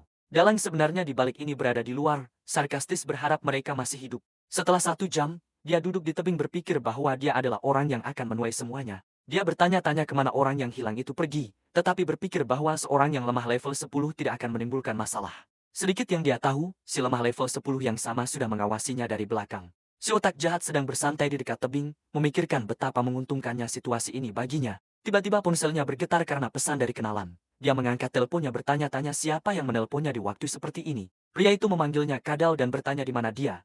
Yang dijawabnya bahwa dia sedang bekerja. Hiro terus mengintip sementara pria itu tanpa sadar melanjutkan panggilan. Setelah mendengarkan, dia mengetahui bahwa mereka sebenarnya menargetkan Akademi Watching. Kadal terus berbicara di telepon tentang seorang gadis kuat di Waking. Mendengar ini, Hiro berpikir itu adalah orang yang dia cari. Dia mendekat untuk mendapatkan penerimaan yang lebih baik dari percakapan mereka. Tetapi indera tajam Kadal tidak melewatkan keberadaannya kali ini. Mata Hiro membelalak saat dia terlihat. Sementara ledakan dahsyat terjadi setelah serangan Kadal, Kadal berkata bahwa alasan seseorang hilang adalah karena Hiro bersembunyi, sementara sebagian besar Grim Reapers Hiro telah mati akibat serangan terbaru. Melihatnya, Hiro berpikir bahwa Kadal adalah lawan paling menakutkan yang pernah dia temui. Kadal kemudian menyuruhnya untuk santai, mengatakan dia tidak tertarik pada pemula level 1. Hiro berbalik bingung bahwa musuh membiarkannya pergi. Tetapi rencana Kadal jauh dari itu. Senyum jahat mereka di bibirnya. Tiba-tiba robot Kadalnya muncul dari tanah dan meluncur ke arah Hiro. Robot itu menelan Hiro yang bingung utuh. Sementara Kadal sendiri terbahak-bahak mengejek kebodohan Hiro. Mulut robot itu menutup, mengunci Hiro di dalamnya. Kadal tak bisa menahan diri untuk tidak senang dengan perasaan menghancurkan harapan mangsanya. Dia kemudian mengakui bahwa dia merasa takut sejenak setelah dia selamat dari serangannya tanpa luka. Tetapi sekarang setelah dia ditangani, Kadal menurunkan kewaspadaannya dan berbalik. Sementara Hiro selamat dengan mentransfer kesadarannya ke avatarnya. Dia tahu bahwa musuh berpikir bahwa dia sudah mati. Sementara, setelah memenuhi semua syarat untuk mengambil alih, malaikat jatuh bertanya apakah dia ingin mengambil kendali atas Kadal mekanis itu. Hiro tidak membuang waktu dan segera memerintahkan penguasaan kendali. Seketika, mata robot itu bersinar berbeda sebagai respons terhadap pengambil alihan. Sekarang situasinya telah berubah dan mangsa telah menjadi pemburu. Kembali di dalam gua, semua orang berjuang untuk menghadapi Blue Fang Viper. Ular itu tidak mau mundur dan terus maju. Dengan ini, Emily berjuang untuk mempertahankan penghalang untuk melindungi mereka. Freddy menyalahkan kabut beracun dari sebelumnya. Karena memperlambat mereka, Blue Fang Viper terus maju dan memecahkan perisai. Tak lama kemudian, penghalang itu runtuh dan Jack terlempar ke belakang. Dia terjatuh ke tanah sambil batuk, berpikir semuanya sudah berakhir. Sementara itu, Jin menyalahkan dirinya sendiri, karena membawa semua orang ke tempat itu, merasa bertanggung jawab atas nyawa mereka. Dia dengan sembrono menyerang untuk membunuh ular itu. Jack dengan cemas memanggilnya saat melihatnya menyerang monster boss. Sementara itu, Ular itu mengaum saat bersiap untuk menyerang lagi sementara semua orang dengan cemas memanggil Jin. Grim Reaper milik Hiro melesat di atas mereka. Mereka terkejut melihat Grim Reaper tiba-tiba menyerang monster di dadanya, diikuti oleh bola petir emas yang dilemparkan. Memberikan kerusakan internal pada ular itu, Grim Reaper dengan cepat menyelamatkan Jin saat monster itu jatuh ke tanah. Sementara itu, semua orang bertanya-tanya apa yang tiba-tiba membunuh monster itu. Jin berbicara dan bertanya kepada Grim Reaper mengapa ia menyelamatkannya. Yang dijawab Grim Reaper hanya dengan tatapan dingin. Kemudian ia meletakkan Jin ke tanah sementara Jin berkata bahwa dia pasti pusing karena berbicara dengan makhluk yang dipanggil. Tetapi kemudian Jin terkejut ketika Grim Reaper bertanya apakah dia masih memiliki bola-bola itu. Mendengar ia berbicara, dia bertanya-tanya apakah Grim Reaper benar-benar makhluk yang dipanggil. Saat asap mulai menghilang, mereka melihat Jin berbicara dengan Grim Reaper. Jack melihat Grim Reaper, bertanya-tanya siapa sebenarnya itu. Jin berkata bahwa dia masih memiliki satu bola petir lagi. Yang dijawab Grim Reaper bahwa masih ada satu musuh lagi di atas. Tetapi Jin memberitahu Hiro bahwa ini tidak berguna melawan cangkang luar yang keras. Tiba-tiba Grim Reaper menyadari bahwa musuh itu akhirnya datang, seluruh tempat bergetar. Saat energi merah yang menyeramkan merembes dari pembukaan gua, semua orang terkejut, pemburu itu datang untuk memburu mereka. Kadal itu muncul, terkejut melihat mereka masih hidup. Dia berkata bahwa dia pikir mereka akan mati dengan mengerikan. Sedikit yang dia tahu, Grim Reaper sudah bersembunyi dan mengawasi kepalanya. Kadal itu terus mengoceh tentang mengambil kristal sihir langka untuk dirinya sendiri. Freddy melihat bahwa pemburu itu akan merebut kristal sihir yang telah mereka peroleh dengan susah payah dan berlari ke arahnya. Tetapi Kadal itu tidak membiarkannya dan memerintahkan robotnya untuk membunuhnya. Tetapi robot itu tidak bergerak, yang membuatnya berspekulasi bahwa robot itu mengalami kerusakan. Melihat ini, dia memutuskan untuk melakukannya sendiri dan menyerang Freddy. Saat yang terakhir membungkuk dekat kristal sihir, sinar emas melesat ke arahnya. Sinar itu mengenai langsung dan mendorongnya ke belakang, membuatnya mengerang kesakitan. Freddy terlempar dan mendarat di depan Jack dan Emily sementara Kadal itu mengambil kristal sihir dan mengklaim bahwa itu miliknya. Dia bercanda bahwa itu akan menjadikannya seorang bandit dan tertawa. Tiba-tiba robot Kadal bergerak tanpa perintahnya. Dia berbalik untuk melihat apa yang terjadi. Untuk kejutan, robot Kadal mulai menyerangnya. Dia mundur sambil bertanya-tanya apa yang terjadi pada robotnya. Saat sang pencabut nyawa menyelinap di belakangnya, sang pencabut nyawa berhasil mendaratkan serangan di punggungnya. Itu tidak cukup untuk memberikan kerusakan saat Kadal menuntut identitas sang pencabut nyawa. Yang terakhir dengan dingin mengatakan bahwa dia hanya ada di sana untuk mengambil nyawanya sementara yang pertama terengah-engah karena situasi telah berbalik baginya. Mangsa yang seharusnya dia buru kini malah memburunya. Dia menggertakkan giginya berpikir bahwa dia tidak punya pilihan lain sekarang. Sekarang dia terpojok, dia berencana menelan kristal sihir untuk meningkatkan kekuatannya. Jack dan Jin terkejut melihatnya mencoba menelan kristal sihir. Tanpa ragu Kadal mendorong kristal sihir itu ke tenggorokannya namun sang pencabut nyawa mengungkapkan bahwa yang dia telan bukanlah kristal sihir. Tiba-tiba Kadal merasakan sakit tajam yang membuatnya pucat. Dia terjatuh ke tanah bergetar sambil memegang perutnya. Sebelumnya Jin sedang berdiskusi bahwa musuh harus menelan bola petir agar bisa berfungsi. Sang pencabut nyawa mengatakan dia punya rencana dan bertanya apakah mereka memiliki seseorang yang bisa menggunakan ilusi. Saat itu Jin akhirnya mengerti apa yang ingin dilakukan sang pencabut nyawa. Bola petir terus merusak tubuh Kadal dari dalam. Dia kemudian terjatuh ke tanah, tubuhnya mengeluarkan asap dan tidak sadarkan diri. Jin terkejut dan tidak bisa percaya bahwa itu benar-benar berhasil. Sementara itu, Freddy dan Emily sangat kelelahan hingga tidak bisa berdiri. Sang pencabut nyawa kemudian menyarankan mereka untuk segera pergi. Karena dia memiliki organisasi di belakangnya, Freddy bersikeras mereka harus mencari markas bos terlebih dahulu. Tetapi Jack menghentikannya. Dia menjelaskan bahwa tim ini lemah dan mereka harus mengutamakan bertahan hidup terlebih dahulu. Dia mengatakan bahwa mereka sebaiknya menyerahkannya padanya sebagai rasa terima kasih karena telah menyelamatkan mereka. Freddy memahami kata-katanya dan patuh. Dia kemudian berbalik kepada sang pencabut nyawa dan bertanya bagaimana dia tahu tentang kemampuan ilusi miliknya. Sang pencabut nyawa hanya menjawab bahwa dia mengalaminya. Freddy kemudian terkejut saat dia menyadari bahwa identitas asli pria ini adalah Hiro. Setelah mereka pergi, sang pencabut nyawa memotong wajah Kadal. Mecha yang keluar dari situ adalah tubuh asli Hiro. Dia meregangkan tubuhnya merasa lega karena akhirnya berhasil keluar. Dia kemudian melihat Kadal yang terbaring mati di tanah. Dia bertanya-tanya apakah penampilannya telah berubah setelah kematiannya. Tanpa membuang waktu, dia segera merampok penyamarannya, jubah dan barang berharga lainnya. Dia kemudian terkejut melihat bahwa ada buku keterampilan di barang-barang Kadal. Dia juga terkejut melihat bahwa ada gulungan harta di penyimpanan Kadal. Ternyata gulungan emas yang mereka sebutkan sebenarnya adalah gulungan harta emas ini. Dia kemudian bertanya kepada malaikat jatuh, mengapa ada buku keterampilan prak di gulungan harta emas? Yang dijawab bahwa buku keterampilan itu hanyalah bagian dari harta emas. Malaikat jatuh kemudian bertanya padanya apakah dia ingin membukanya atau mempertahankan nilainya. Hiro tidak membuang waktu dan mempertaruhkan semuanya mendapatkan keterampilan serangan gelap. Saat dia membuka gulungan itu adalah keterampilan yang lumayan yang memungkinkannya menyatu dengan kegelapan dan melancarkan serangan mendadak. Malaikat jatuh itu kemudian bertanya padanya apakah dia ingin meningkatkan efek buku keterampilan itu. Hiro hampir menolak dan berkata bahwa buku keterampilan terlalu jauh untuk dijangkau olehnya. Tetapi permata itu tiba-tiba mulai bereaksi lagi, menunjuk ke bagian yang lebih dalam dari gua ular. Mengisyaratkan harta tersembunyi yang terkubur di dalamnya. Ketika dia memeriksa, dia menemukan telur ular raksasa yang sedang menetas. Tiba-tiba permata dari sebelumnya melayang di udara, mengejutkannya, kemudian mulai menyerap energi dari telur ular. Mengejutkan Hiro lebih lagi bahwa itu bisa mengubah energi menjadi pengalaman. Dia berhasil mendapatkan pengalaman hingga level 12 dan membuka keterampilan tebasan gelap. Tetapi kemudian telur ular itu terus memancarkan energi yang kuat, yang membuatnya terlempar. Hiro hampir tidak bisa berdiri saat dia menyaksikan telur ular itu. Dia terkejut bahwa telur ular itu sedang melawan permata, yang membuat gua berisiko runtuh. Dia mengambil permata itu dan berencana untuk pergi. Berpikir itu adalah pemborosan untuk melepaskannya. Tetapi dia kemudian terkejut saat terus memegangnya. Permata itu tidak mau bergerak, tidak peduli seberapa keras dia menariknya. Kesal dia meluapkan kemarahannya pada permata karena menentang kehendaknya. Pemancaran energi terus berlanjut dan gua mulai runtuh bahkan bagian luar gunung. Sementara itu, seorang wanita bernama Freya merasakannya dan berkata seseorang akan datang. Dia dengan gembira berbalik dan menyatakan bahwa seseorang akan datang untuk menyelamatkannya. Para penculiknya bingung setelah mendengar kata-kata tidak masuk akalnya. Mereka kemudian memberitahunya bahwa tidak ada jiwa pun di pegunungan ini. Para penculik itu kemudian mulai menggoda satu sama lain, yang membuatnya jijik dan menyuruh mereka berhenti saat mereka terus berdebat. Hiro lewat di belakang mereka sambil mengenakan penyamaran. Para penculik terkejut dan mengancamnya untuk tidak ikut campur. Sementara itu, Freya senang melihat seseorang yang mungkin menyelamatkannya, tetapi Hiro hanya terus berjalan, tidak memperhatikan ketiga orang itu. Para penculik merasa senang karena dia tampak takut. Karena dia berjalan menjauh, tetapi Freya putus asa meminta bantuan dan memanggilnya melalui komunikasi roh. Meskipun mendengar bahwa dia dari Universitas Hawking, para penculik terus mengganggunya. Tetapi kemudian minat Hiro akhirnya terpicu ketika dia mendengar tentang universitas itu.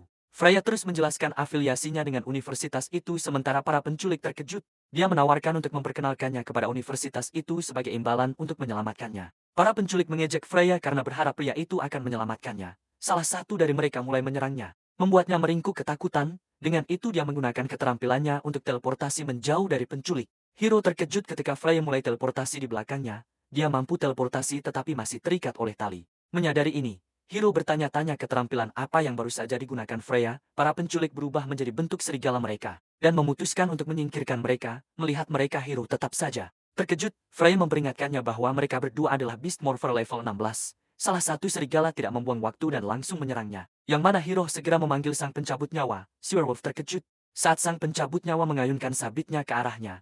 Tetapi setelah melihat bahwa dia hanyalah seorang summoner level 13, mereka mulai tertawa padanya.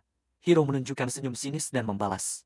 Mengejek mereka sebagai anjing biasa, si werewolf marah dan menggeram padanya. Mengancam akan membunuhnya, Freya dengan panik bertanya mengapa dia memprovokasi si werewolf. Karena itu, si werewolf memasuki keadaan peningkatan sekunder. Freya menjelaskan bahwa fluktuasi energinya sekarang telah mencapai level 18. Tetapi bertentangan dengan nasihatnya, Hiro langsung memerintahkan sang pencabut nyawa untuk menyerang. Dia dengan percaya diri menyatakan bahwa dia bahkan belum menggunakan kekuatan penuhnya. Sang pencabut nyawa mengangkat kapaknya, lalu mengayunkan dengan keras ke arah si werewolf. Si werewolf terkejut bahwa makhluk yang dipanggil itu terlalu kuat. Untuk seorang level 13, dia kemudian terkejut merasakan niat membunuh lain yang ditujukan padanya. Dia segera mendorong sang pencabut nyawa menjauh dan mundur. Rekannya kemudian bertanya, mengapa dia mundur dari makhluk yang dipanggil level 13?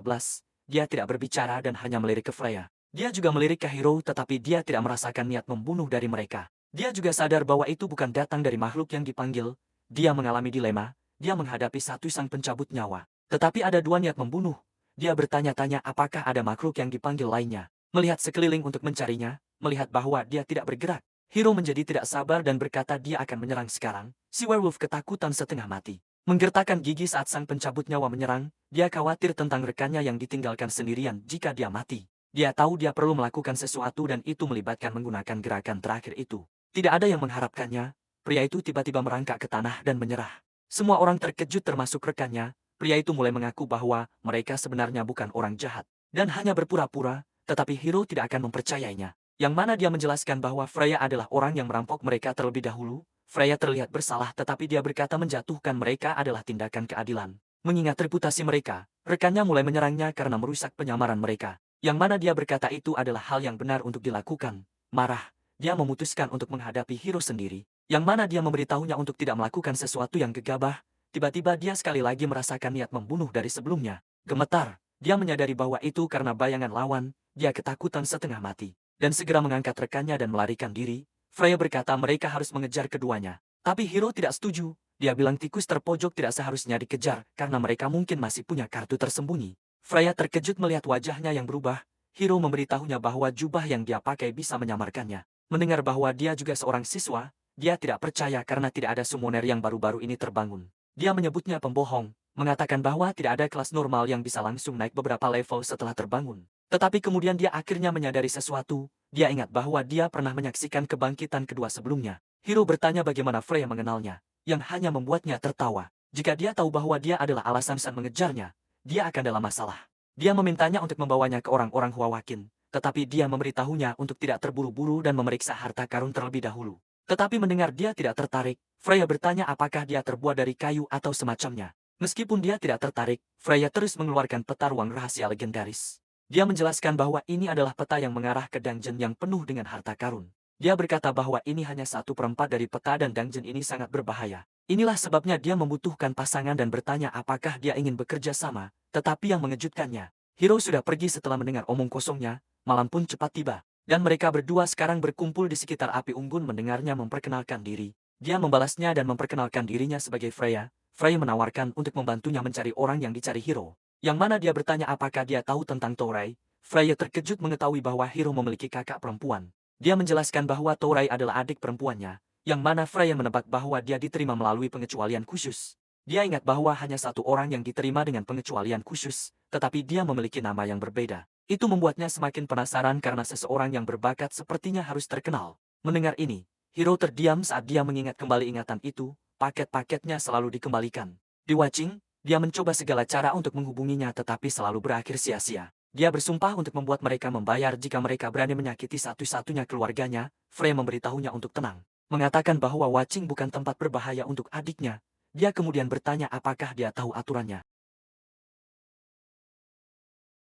Namun dia mengungkapkan bahwa sebenarnya ada aturan tak tertulis dari kelas EK. Sumber Da semakin dalam semakin tinggi kelasnya. Ini mendorong Hiro bertanya apakah ini berarti orang-orang curang dalam ujian masuk. Tetapi lebih dari itu, mereka sebenarnya membuat pesaing menghilang, terutama seorang awak kedua sepertinya. Inilah sebabnya akan lebih baik jika dia tidak berusaha untuk mendapatkan tempat yang lebih tinggi di sekolah.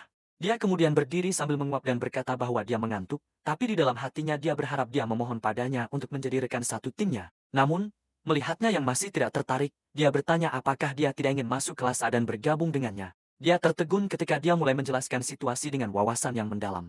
Dia tahu bahwa kebanyakan orang berakhir di kelas E sampai B dan tidak ada yang pernah masuk kelas. Alasan untuk ini adalah karena yang kuat tidak dibesarkan di rumah kaca, bergantung pada tim untuk naik membuat seseorang menjadi malas dan itu membunuh. Di dunia di mana kekuatan adalah segalanya, inilah mengapa Hiro penasaran mengapa dia begitu berdedikasi untuk merekrutnya. Kata-katanya tepat sasaran dan Freya merasa bersalah saat dia berbicara. Dia tidak menyangka dia akan secerdas ini. Dia mengakui bahwa dia memang merekrutnya, tapi itu lebih seperti investasi. Karena dia hanya bisa melihat potensi masa depannya, dia juga mengungkapkan bahwa semua ini karena dia mempercayai indera keenamnya. Yang lebih kuat daripada kebanyakan, inilah mengapa dia tidak bisa tidak menunggu sampai dia tumbuh cukup kuat untuk mengubah dunia. Dia tahu bahwa ketika itu terjadi, banyak yang akan tertinggal di kota, jalanan sibuk dan dipenuhi dengan gema bisnis. Transaksi, Hiro mendapati dirinya berjalan-jalan di jalanan yang ramai. Freya kemudian berbicara, ini adalah kota Everest. Dikenal sebagai satu-satunya zona perdagangan manusia di Gunung Barat. Mereka bilang seorang master array tingkat tinggi. Dan beberapa pembangun top menciptakannya untuk menjaga binatang buas keluar. Tapi Hiro tidak tertarik dan bertanya mengapa dia mengganti pakaian. Dia menjawab bahwa dia tidak perlu alasan untuk melakukannya. Dia kemudian bertanya di mana orang itu. Dia menjawab bahwa dia bukan orang yang mudah ditemui. Dia juga mengatakan bahwa dia memiliki adik kecil yang menyebalkan. Saat mereka berbicara, Shan menyela dan menyapa Freya. Dia melaporkan bahwa persiapan serangan ketiga sudah selesai. Dan bertanya kemana dia pergi. Dia tiba-tiba meraih tangannya dan memerintahkannya untuk ikut bersamanya. Hiro dengan cepat mengenakan penyamarannya dan menghentikan Shan. Freya terkejut bahwa dia bisa dengan cepat bertransformasi ke penampilan barunya. Sementara Shan tampak marah karena dia mengganggu urusannya. Hiro mengerahkan cukup kekuatan dan berhasil mendorong Shan kembali. Yang terakhir menyadari bahwa dia adalah tipe peningkatan tubuh. Dan karena dia bertindak seperti itu, Shan tidak mau mundur. Melihat bahwa pertarungan mungkin akan pecah, Freya menghentikan Shan dan mengubah topik. Dia kemudian memberitahunya untuk segera pergi ke serangan ketiga. Dia juga menjelaskan padanya bahwa Hiro tidak terafiliasi dengan mereka. Hiro terdiam saat dia menyaksikan mereka pergi. Freya kemudian berbalik dan menggunakan komunikasi spiritualnya. Meminta maaf kepada Hiro. Yang terakhir berpikir bahwa serangan gelapnya sangat berguna, memungkinkan Reaper-nya untuk bergabung dengan kegelapan, tapi kemudian anggota pria yang dia tirukan tiba-tiba muncul di belakangnya. Mereka bertanya kepada Hiro yang menyamar sebagai anggota mereka. Poison Lizard. Hanya saat itu Hiro menyadari bahwa pria ini adalah orang yang dibicarakan Lizard di telepon waktu itu saat pria bernama Pyro menyapanya. Dia menyadari bahwa orang-orang ini adalah kaki tangan Lizard. Dia terus berakting ramah sambil bercanda, yang dijawab Hiro dengan tawa. Tetapi Pyro merasakan ada yang tidak beres ketika Lizard bereaksi terhadap leluconnya. Padahal biasanya dia tidak melakukannya. Dia bertanya apa identitasnya dan melepaskan kekuatannya untuk menggorengnya. Itu cukup kuat sehingga dua Grim Reapers-nya mati menahan serangan itu. Hiro menggertakkan giginya saat dia berusaha menahan serangan kuat dari musuh level 18. Tetapi kemudian dia tertegun saat tiba-tiba menyadari sesuatu.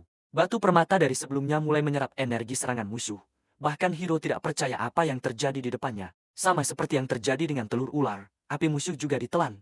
Pyro berteriak saat api kesayangannya ditelan oleh Hiro. Itu tidak banyak memberikan poin pengalaman baginya. Tetapi Hiro senang dengan kemungkinan levelnya yang cepat. Pyro memanggil Lily memohon sambil mengatakan bahwa dia kalah kali ini. Lily kemudian muncul dari belakang, mengejutkan Hiro. Dia memintanya untuk mengembalikan api Pyro. Mengatakan bahwa dia hanya menghukumnya karena meninggalkan perintah. Hiro menggoda dia. Bertanya apakah mereka sekarang percaya bahwa dia adalah Poison Lizard yang asli. Lily menjelaskan bahwa hanya Metal Lizard-nya yang bisa menahan api Pyro. Secara langsung, saat itulah dia menyadari bahwa dia hanya beruntung saat mengalahkan Lizard. Sebelumnya, Pyro menambahkan bahwa dia tidak pernah meragukan identitasnya dan hanya ingin memberinya sambutan yang berapi-api. Hiro membalas dengan mengatakan bahwa dia tidak akan mengembalikan sambutan itu padanya. Lily bertanya kepada Pyro apakah kehilangan apinya akan mengganggu rencana. Yang dijawabnya hampir tidak. Mendengar ini, Pyro sangat kecewa bahwa api kesayangannya ditelan. Di belakang mereka ada Hiro yang melihat mereka dengan sangat hati-hati. Terutama kepada Lily, Pyro kemudian menyuruhnya untuk segera bergerak dan membantu mereka dengan pekerjaan. Ketiganya terus berjalan di jalan, sementara di arena, Freya tampak marah saat dia berjalan bersama Shan. Dia melihat sekeliling mencoba mencari Hiro di tempat itu. Keduanya kemudian memasuki sebuah gedung dan Shan menekan tombol lift untuk lantai yang ingin dia tuju. Dia kemudian berkata bahwa Cap hanya level 25 di tempat ini dan saudaranya ingin mendapatkannya. Setelah mencapai lantai ke-17, seseorang masuk ke dalam lift. Itu adalah Wendy dan Luster yang berbicara tentang tidak pergi ke lantai 18 karena seseorang. Wendy kemudian bertanya apakah dia takut pada orang itu. Yang dijawab Luster bahwa dia hanya ingin menguji raja kelas 2, senior ke junior, tetapi Wendy tahu bahwa bisa seimbang dengan orang itu adalah sebuah keajaiban. Luster kemudian menyebutkan bahwa kontes berburu Golden Scroll sudah terganggu. Mereka kemudian melihat ke bawah di platform, mengomentari tentang binatang langka di bawah mereka. Di arena, seorang pria terlihat berhadapan dengan makhluk raksasa. Dia terengah-engah sambil memegang pedangnya. Tetapi dia tidak mau menyerah. Dia adalah Jin. Bersumpah bahwa dia akan menyelamatkan timnya. Melihatnya Hiro bertanya-tanya mengapa dia berada di tempat itu. Pyro kemudian bertanya padanya apakah dia mengenal pria yang bertarung di bawah. Dia menolak dan mengatakan bahwa dia hanya penasaran. Jenis pria seperti apa yang bertarung di pertandingan yang tampaknya putus asa. Pyro kemudian memberitahunya bahwa seseorang memaksa Zan ke dalam kontrak budak dan menjadikannya alat belaka. Dia juga menyadari bahwa itu bukan sesuatu yang bisa diputuskan oleh Lizard, karena dia telah melakukan hal yang lebih buruk, tetapi mendengar Hiro mengancamnya, dia segera mengalihkan topik. Tiba-tiba Lily muncul di belakang mereka dan berkata bahwa dia sudah memetakan semuanya. Banyak orang dari Huawaking telah tiba dan mereka perlu berhati-hati. Lily kemudian beralih ke Pyro mengingatkannya untuk serius. Hiro terkejut ketika terungkap bahwa mereka akan merampok mereka. Dalam waktu singkat, program telah dimulai dan pembawa acara secara resmi memulai grand finale lelang. Dia memperkenalkan kepada semua orang barang terakhir yang merupakan barang langka dan super hebat dari guild. Mendengar pengantar tersebut, kerumunan sangat penasaran tentang harta karun apa yang mungkin ini. Pembawa acara mengatakan bahwa kerumunan mungkin telah melihat banyak harta biasa, tetapi yang ini berbeda. Dia kemudian bertanya kepada semua orang apakah mereka sudah melihat harta humanoid di tempat VIP. Yuki duduk bersama Frey dan Shan. Sebagai perwakilan dari Hunter Society, pembawa acara tidak ingin membuang waktu dan segera menunjukkan kepada semua orang harta yang dia maksud. Mereka kemudian membawa keluar sebuah kandang, menunjukkan siluet monster di dalamnya. Hiro terkejut melihat ini. Mereka kemudian mengungkapkan bahwa ini adalah Spider-Woman dengan wajah manusia. Belum pernah melihat sesuatu seperti ini sebelumnya. Kerumunan sangat terkejut. Spider-Woman terlihat bingung. Saat semua orang menontonnya dari layar, San mengungkapkan bahwa tidak akan ada catatan tentang monster ini. Karena ini adalah spesimen langka, dia menambahkan bahwa mereka akan menggunakan monster ini untuk mencapai tujuan mereka. Freya terkejut mendengar bahwa mereka akan memperlakukan monster malang itu sebagai alat. San dengan antusias mengungkapkan bahwa dia bukan monster biasa, tetapi memiliki sesuatu yang istimewa di dalam dirinya. Tetapi sebelum dia bisa menyelesaikan ucapannya, salah satu anak buahnya tiba-tiba terlempar. San melihat Yuki dengan ketakutan di matanya. Dia menutup matanya, memberitahu Freya untuk tidak memperdulikannya karena dia akan segera mengetahuinya. Yang terakhir hanya memandangnya tanpa mengucapkan sepatah kata pun. Pembawa acara melanjutkan dengan memfasilitasi penawaran untuk Spider-Woman dengan wajah manusia. Monster malang itu terlihat sedih. Karena dia diperlakukan seperti objek hiburan. Salah satu penawar menawarkan 3 juta agar dia bisa membunuh monster itu. Pebisnis lain menawarkan 4 juta agar dia bisa menyiksanya. Sementara penawar lainnya mengenakan ekspresi kotor di wajahnya. Saat dia memikirkan ide-ide menjijikan, tapi sebelum dia bisa menyelesaikan kata-katanya, dia tiba-tiba merasakan sakit tajam di tubuhnya. Dari dadanya, sebuah cap bunga mulai mekar dan mengejutkannya.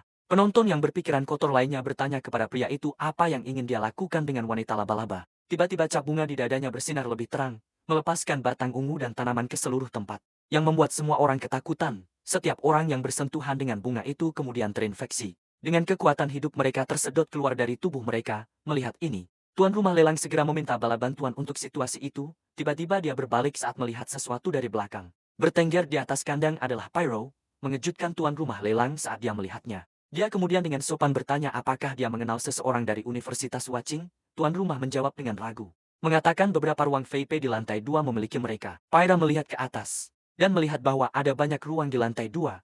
Dia kemudian mengeluarkan baju okanya, mengatakan dia tidak punya pilihan selain menembak satu persatu. Laras senjatanya mulai mengkondensasi energi saat mengisi ulang. Setelah itu dia melepaskan sinar yang kuat untuk menjatuhkan mereka. Sinar itu melintasi udara saat meluncur, menyebar menjadi serangan terpisah.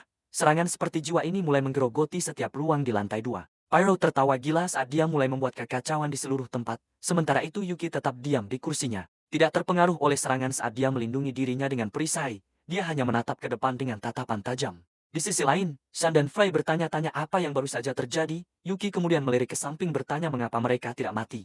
Itu adalah Luster dan Wendy yang muncul dari celah di dinding. Luster kemudian bertanya di mana anggota lain dari Hunter Society. Yang dijawab Wendy bahwa mereka pasti sudah pergi lebih awal setelah bocornya berita. Mereka kemudian mengatakan bahwa nama Yuki sebagai pemimpin Hunter Society dapat mencegah sebagian besar siswa. Namun, itu tidak akan mampu menghentikan para pemburu sejati yang mencari sensasi. Pyro berdiri di atas kandang logam, mengekspresikan kegembiraannya untuk pertarungan yang akan datang saat semua orang melarikan diri. Hiro berpikir bahwa ini adalah kesempatan bagus untuk menyingkirkan mereka dan untuk memastikan, dia berencana mengirim salah satu Grim Reapers-nya untuk memeriksanya. Tiba-tiba dia mendengar seseorang memanggil nama aslinya dari belakang. Dia berbalik untuk memeriksa. Bertanya apakah orang di belakang mengenalinya. Jin menjelaskan bahwa itu karena dia melihat seorang pria mati berjalan lagi dan berencana untuk membunuhnya lagi. Tetapi Jin sepenuhnya percaya bahwa dia adalah Hiro yang sebenarnya. Saat semua orang mencoba melarikan diri, Jin terus memberitahu Hiro bahwa dia perlu mengirimkan suratnya kepada keluarganya. Dia memberinya surat dan meyakinkan bahwa keluarganya akan membalasnya. Hiro bertanya apakah itu karena kontrak budak yang membuatnya tidak bisa melakukannya sendiri.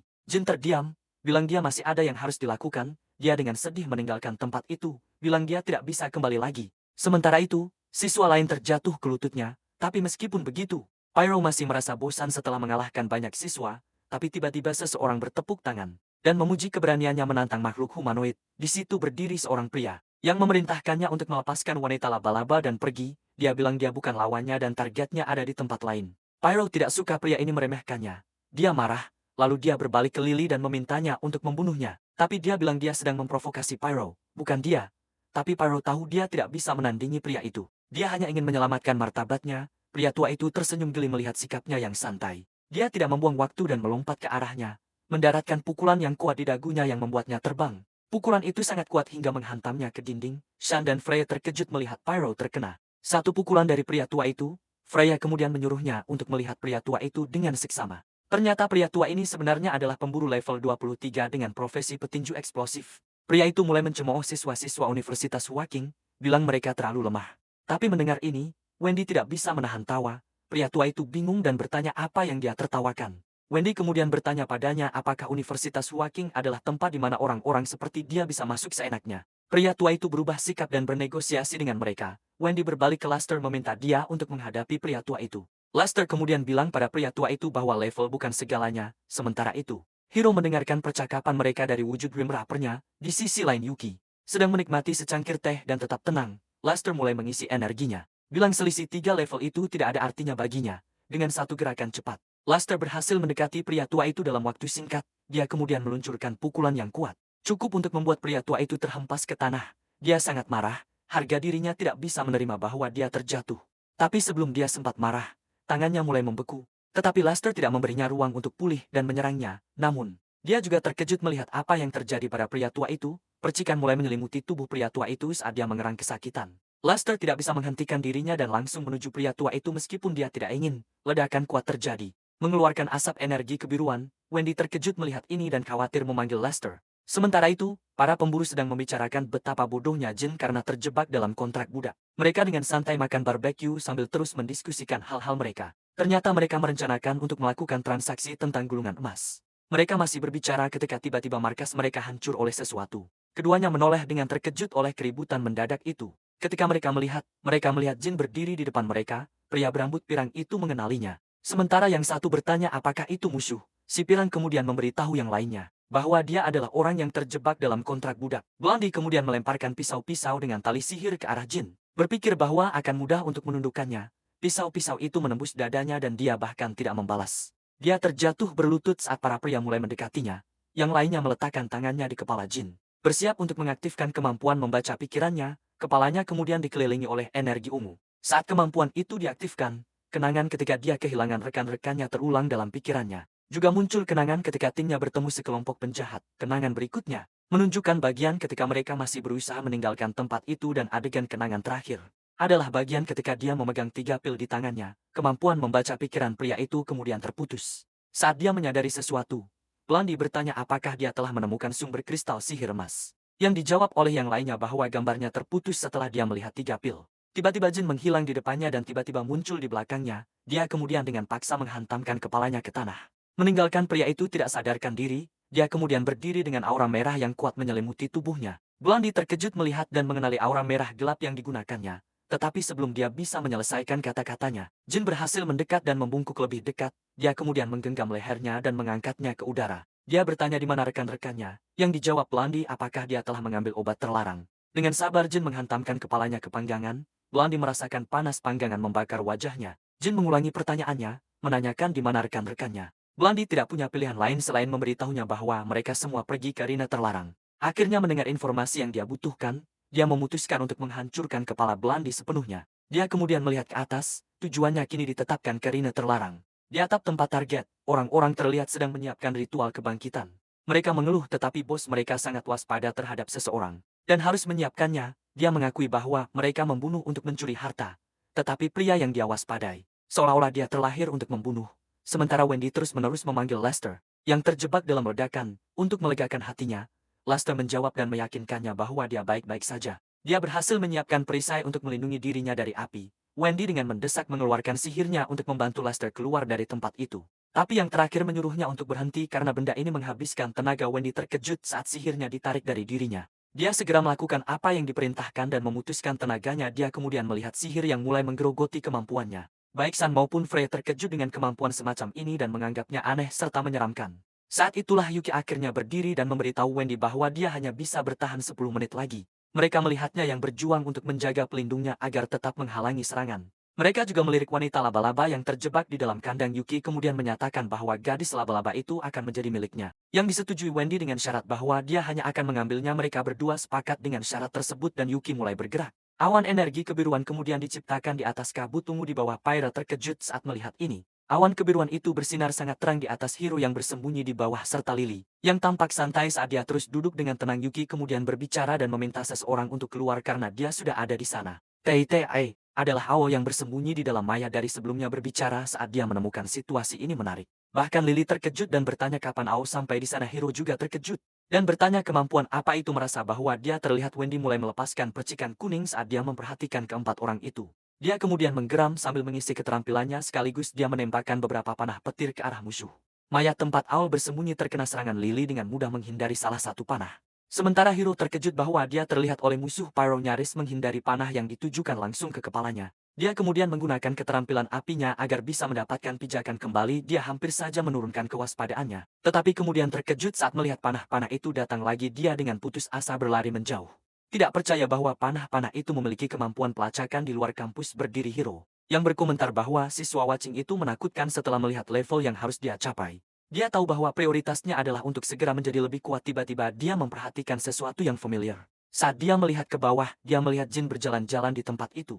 Memancarkan aura merah gelap. Hiro kemudian melompat turun dan memanggil Jin, yang tampaknya tidak mendengarnya. Dia meraih bahunya dan bertanya apa yang terjadi padanya. Tetapi tiba-tiba Jin melepaskan aura merah yang kuat yang mendorongnya mundur. Hiro sangat terkejut menggertakkan giginya saat melihat keadaan aneh Jin. Yang terakhir memandangnya dengan mata merah dan ekspresi marah. Hiro mengenali kekuatan anehnya dan bertanya, apa yang terjadi dalam waktu yang begitu singkat? Tiba-tiba permata mulai bereaksi terhadap kekuatan yang dipancarkan Jin. Hiro bertanya-tanya apakah itu adalah kekuatan yang bocor, tetapi dia menyimpulkan bahwa itu bukan masalahnya. Dia menyadari bahwa kekuatan ini mirip dengan api pyro, tetapi reaksi Jin terlihat jauh lebih tenang. Dia hanya bisa mengepalkan tinjunya saat melihat Jin pergi dalam keadaan itu. Pyro terlihat putus asa meminta Lily untuk menyelamatkannya, sementara Lily hanya menontonnya saat dia berteriak dengan menyedihkan. Saat dikejar oleh panah petir, tiba-tiba dia merasakan aura dan menyadari bahwa formasi telah diaktifkan, lalu dia memanggil Wendy, menyebutnya sebagai gadis pemanah. Dia kemudian memberitahunya untuk memberikan yang terbaik saat mereka bertemu lagi. Yang membuat Wendy yang kesal berkata bahwa dia tidak akan pernah bisa melarikan diri dari panahnya. Lily tidak menjawab dan mulai berpindah melalui ruang. Panah petir yang dilepaskan oleh Wendy meleset dari sasaran. Dan Lily berhasil melarikan diri. Wendy sangat terkejut melihat bahwa panahnya gagal. Tiba-tiba Lily muncul di depan Pyro yang masih dikejar oleh panah petir. Dia kemudian mendorongnya untuk meraih tangannya, yang membuat Pyro senang. Begitu dia menggenggam tangannya, dia menariknya keluar dari jalur panah dan mereka berhasil melarikan diri. Melihat ini, San dan Frey bertanya-tanya apakah Lily adalah profesional tipe ruang yang sangat langka dari tempat itu.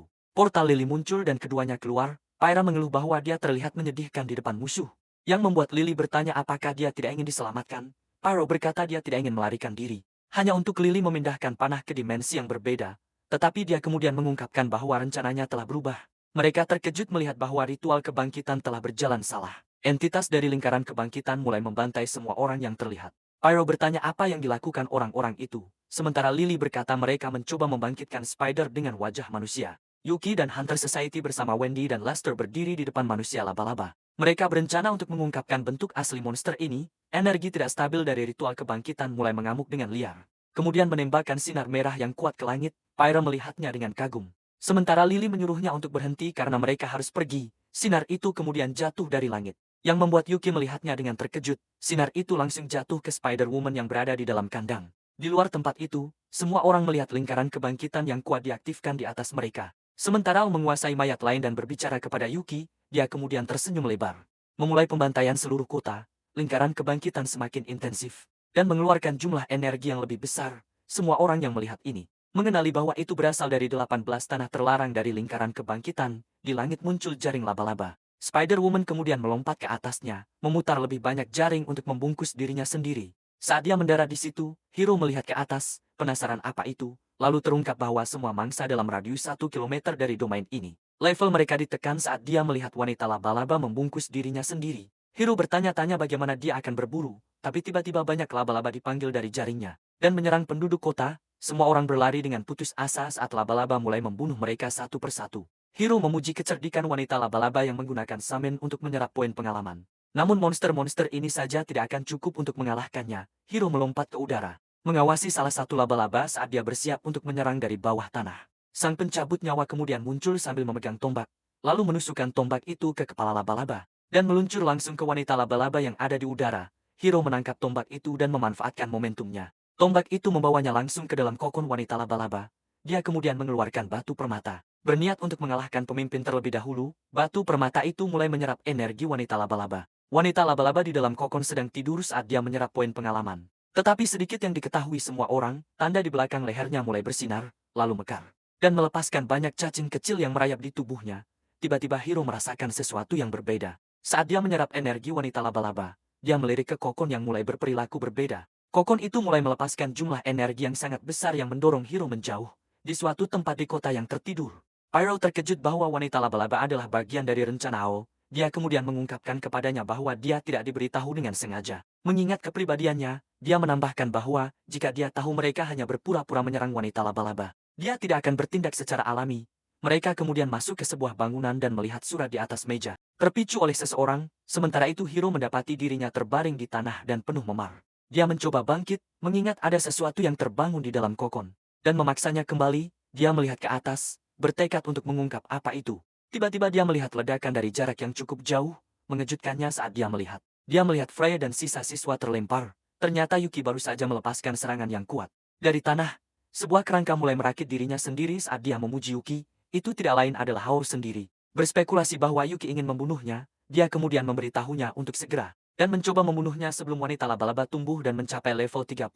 Aol kemudian mengajukan sebuah saran. Yuki akan menjinakkan wanita laba-laba dan Aol akan membantai semua orang. Yuki tampaknya tidak suka dengan saran itu dan mengancam akan membunuh Aol. Yang terakhir tidak terpengaruh, mengatakan bahwa dia tidak mengharapkan dia bertindak seperti ini. Dia kemudian memancarkan energi yang mengerikan dan luar biasa saat mengatakan bahwa Yuki telah mengecewakannya. Tetapi dengan satu gerakan cepat, Yuki berhasil menyelinap di belakang Aol hanya saat itu. Baru Aol menyadari bahwa Yuki akan melancarkan serangan terhadapnya. Itu adalah kemenangan yang mudah bagi Yuki. Saat dia seketika menghancurkan tubuh Aol, dia kemudian dengan percaya diri menyatakan bahwa dia tidak akan pernah memilih. Tubuh kerangka Aol yang hancur tergeletak di tanah tanpa bergerak. Tetapi itu belum menjadi akhirnya. Saat energinya yang merah mulai mengkondensasi, energi merah itu mengambil bentuk humanoid. Saat berbicara, itu adalah Hao yang memintanya untuk memilih antara menderita hidup-hidup atau mati. Tanpa kehendak, Yuki tertawa, menyatakan bahwa dia bisa dengan mudah menemukan tubuh aslinya. Mendengar ini, Hao terkejut. Yuki kemudian mengulurkan tangannya ke samping dan melepaskan energinya. Sebagai penguasa ruang, Yuki bisa merasakan setiap keberadaan yang bersembunyi di tempat itu. Mendengar ini, Ao berpikir bahwa kemampuannya terlalu kuat dengan barriernya yang meliputi seluruh zona terlarang. Dia bisa merasakan keberadaan semua orang yang berdiri di sana dan itu cukup baginya untuk menghadapi Ao. Dia tidak membuang waktu dan mengeluarkan keterampilan penghancurannya. Dalam sekejap semuanya mulai terurai menjadi ketiadaan. Energi yang kuat yang dilepaskan cukup untuk mendorong semua orang mundur. Shan terjatuh ke tanah. Menggertakkan giginya saat dia jatuh, Freya kemudian bertanya apakah Shan baik-baik saja sementara Hiro berdiri di sana. Tetapi saat melihat Hiro, Shan sangat marah. Dia segera menyerang Hiro membawa dendam dari sebelumnya. Tetapi serangannya dengan mudah diblokir oleh sang pencabut nyawa, mengejutkan Shan saat melihatnya. Sang pencabut nyawa cukup kuat untuk mendorongnya menjauh dan mengirimnya terbang. Shan sangat terkejut saat melihat Hiro dan panggilannya. Dia tidak percaya bahwa Hiro lebih berbakat darinya. Mampu tumbuh secepat ini, Freya kemudian memberitahunya untuk tidak bermain-main lagi. Dia berkata bahwa ini bukan waktu untuk itu. Tidak menyadari bahwa seekor laba-laba sedang mengawasinya. Mereka tahu bahwa induk laba-laba segera akan keluar. Tetapi Freya tidak bisa meninggalkan dan mengorbankan binatang emas ungu itu. Itu adalah garis keturunan yang belum muncul selama berabad-abad dan muncul kurang dari 5% dalam seluruh sejarah monster. Tetapi tetap saja, risiko yang harus mereka hadapi saat ini terlalu besar. Sementara, Yuki menyatakan bahwa Aol adalah yang pertama berhasil melarikan diri dari keterampilan penghancurannya dengan percaya diri. Dia menyatakan bahwa dia akan mengingatnya, sementara dua pemburu lagi terlihat di luar tempat itu. Aol berkata bahwa Yuki bukanlah target yang mudah, sementara Baki berkata bahwa semuanya tidak berjalan sesuai rencananya. Dia menambahkan bahwa Yuki tidak akan pernah berpura-pura lemah mengingat kepribadiannya, mengetahui Yuki adalah tipe ruang. Burung hantu menduga bahwa Yuki hanya memutuskan diri dari penekanan domain, lalu dia menyadari bahwa dia tidak bisa mengisolasi ruang, yang merupakan kelemahannya. Baki menutup matanya dan bertanya mengapa dia ada di sana. Yang dijawabnya bahwa dia awalnya hanya datang untuk memeriksa parasit terkutuk yang dia tanam di wanita laba-laba. Saat Baki berdiri, burung hantu mengingatkannya untuk tidak merusak rencana. Mendengar sikapnya yang menantang, burung hantu tidak bisa menahan untuk menghela napas dan berkata bahwa dia sama sekali tidak disiplin. Tapi tetap saja, ini bukan perjalanan yang sia-sia baginya. Setelah semua, dia menemukan Jin sebagai tuan rumah yang menarik untuk energinya. Burung hantu mengangkat tangannya, memanggil bola energi merah tua sambil menyatakan Jin sebagai tuan rumah berikutnya. Cacing-cacing itu mulai menggali ke dalam tubuh manusia yang mereka temukan, mengorek melalui punggung dan dada mereka untuk masuk ke dalam tubuh mereka. Salah satu cacing ini kemudian mendekati Jin, masuk ke dalam tubuhnya melalui belakang kepalanya. Sekarang rencana burung hantu siap untuk terbentuk dengan banyaknya orang yang terinfeksi ini. Dia berencana untuk melahirkan seorang raja baru melalui tubuh Jin. Manusia-manusia yang terinfeksi itu mengaum saat mereka bergegas menuju Jin. Hiro melihat ini dan mengenali pria tua itu, yang kemudian ditanya Freya apakah dia mengenali seseorang. Dia mengungkapkan bahwa dia pernah bergabung dengan kelompok Jin, yang sekarang sedang dikerumuni. Freya merasakan ada yang tidak beres, berspekulasi bahwa dia telah mengonsumsi setidaknya 3 pil terlarang.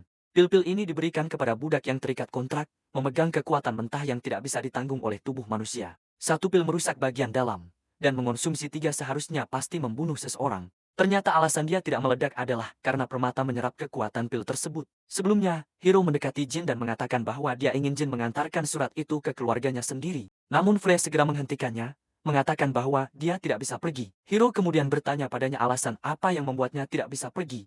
Freya mengaktifkan kemampuannya, memintanya untuk melihat sendiri. Dia kemudian meletakkan jarinya di dahi Hiro dan mengaktifkan kemampuannya. Sebuah simbol bercahaya di tangannya memancarkan energi hijau. Itu adalah kemampuan yang disebut pohon kehidupan. Hiro bertanya mengapa dia merasa terhubung dengan detak jantungnya. Yang dijawabnya bahwa dia bisa menyerap segala kerusakan yang diterima Hiro. Mendengar ini, Hiro dengan khawatir bertanya pada Freya apakah dia akan baik-baik saja. Yang terakhir hanya menggoda dan berkata bahwa pohon kehidupannya tidak akan mati dengan mudah. Hiro membersihkan tenggorokannya dan bertanya bagaimana kemampuannya bisa menghentikannya. Tetapi saat dia membuka matanya, dia terkejut dengan apa yang dilihatnya. Dia melihat pohon-pohon yang mewakili kekuatan kehidupan orang-orang di depannya. Freya menjelaskan bahwa itu adalah pohon kehidupan mereka. Dan pohon jin yang layu berarti dia sudah mati. Tiba-tiba dia terkejut melihat sesuatu yang lain. Hiro mengenali bahwa kepompong itu memiliki cacing yang sama, mendorongnya untuk bertanya lebih banyak. Dia menggertakkan giginya sementara Freya memberitahunya bahwa mereka tidak boleh ceroboh. Tapi melihat keadaan terganggu dirinya, dia memberitahunya bahwa ini bukan dirinya. Sementara dua pemburu terlihat melayang di atas kota. Sambil menunggangi makhluk bersayap, mereka sedang mempertimbangkan untuk memberitahu Yuki agar mundur. Tapi di sisi positif, ini berarti makhluk emas ungu akan menjadi milik masyarakat pemburu mereka. San menggenggam tangan Freya dan bertanya siapa yang menghubungkan pohon kehidupan mereka dengannya. Yang terakhir menarik kembali tangannya dan meyakinkannya bahwa dia masih bisa mengikat Yuki juga, tapi mengetahui bahwa dia hanya bisa mengikat dua orang. San tahu bahwa dia harus dikeluarkan. Dia kemudian dengan marah berbalik ke Hiro yang merespons dengan sikap acuh tak acuh. Ini sangat membuatnya marah dan dia melepaskan energi kuat yang bertujuan untuk membunuh Hiro. Melihat keterampilan level 16 Hiro, dia mempersiapkan diri untuk konfrontasi. Tapi tiba-tiba ruang di sekitar Shan terputus, mengejutkan mereka. Hal yang sama juga terjadi pada Freya, yang juga terkejut. Keduanya kemudian dipindahkan jauh dari Hiro. Di belakangnya muncul Yuki yang memindahkan Shan dan Freya di sampingnya. Hiro segera bersiap untuk menyerang Yuki, tapi yang terakhir dengan mudah mengaktifkan keterampilannya untuk melawan. Sebelum Hiro bisa melakukan apapun, dia terjebak di dalam ruang yang diciptakan oleh Yuki. Dengan sekali gerakan tangan, dia berhasil meningkatkan gravitasi di dalamnya dan membuat Hiro terjatuh ke lutut. Dia hampir tidak bisa bernapas sambil menggertakkan giginya menahan rasa sakit, tapi kemudian sigil pohon kehidupan di tangannya mulai bersinar. Saat itulah Yuki menyadari bahwa Freya adalah satu-satunya yang menderita akibat serangan yang dia lakukan. Yuki terdiam sejenak sambil menatapnya. San mengeluh bahwa Yuki melepaskannya dengan mudah sementara Hiro mengira dia adalah monster. San kemudian bergegas untuk memeriksa Freya yang sedang batuk akibat kerusakan yang dia terima. Yuki kemudian mendekati mereka, mengejutkan keduanya. Dia kemudian mengeluarkan pil merah dan memerintahkan Freya untuk meminumnya. San terkejut bertanya dari mana dia mendapatkan barang terlarang itu. Sementara Hiro bertanya-tanya apa itu.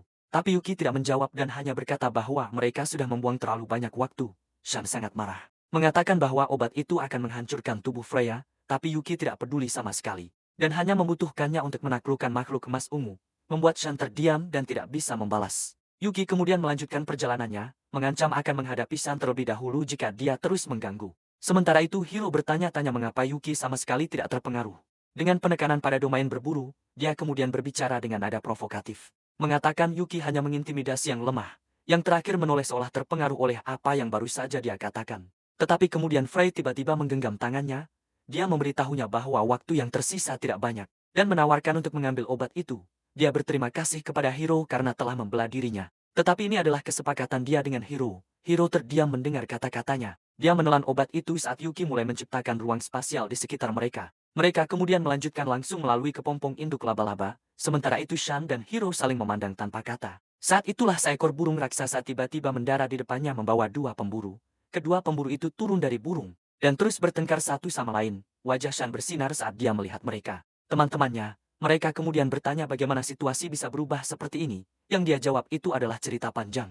Hiro kemudian melihat keduanya, berpikir bahwa mereka berdua kuat. Tiba-tiba Shan menunjuk ke Hiro dan memberitahu keduanya untuk membantunya mengeluarkan Hiro. Mendengar ini Hiro segera mempersiapkan diri untuk bertarung. Salah satu dari mereka tidak mau mendengarkan cerita lengkap terlebih dahulu dan hanya ingin memuaskan tangan yang gatal. Dia berdiri di depannya, memberitahunya untuk segera menggunakan kartu trufnya jika ingin hidup. Sementara itu Wendy dan Lester berdiri di atas tebing, mereka melihat ke bawah pada Luke dan Zuya, yang saat ini menghadapi Hiro, yang terakhir berbicara mengatakan, Luke adalah bajingan ketiga dari Universitas Watching yang membuatnya kesal, percaya diri. Luke memberinya 1 menit untuk mengucapkan kata-kata terakhirnya, sedikit yang dia tahu sesuatu dari. Bayangan Hiro merayap melalui tanah dan mendekati Luke. Wendy dan Lester tidak menyadari apa-apa. Tetapi mereka bisa merasakan ada yang tidak beres saat Hiro mengangkat tangannya. Saat itulah mereka akhirnya menyadari itu adalah bayangan.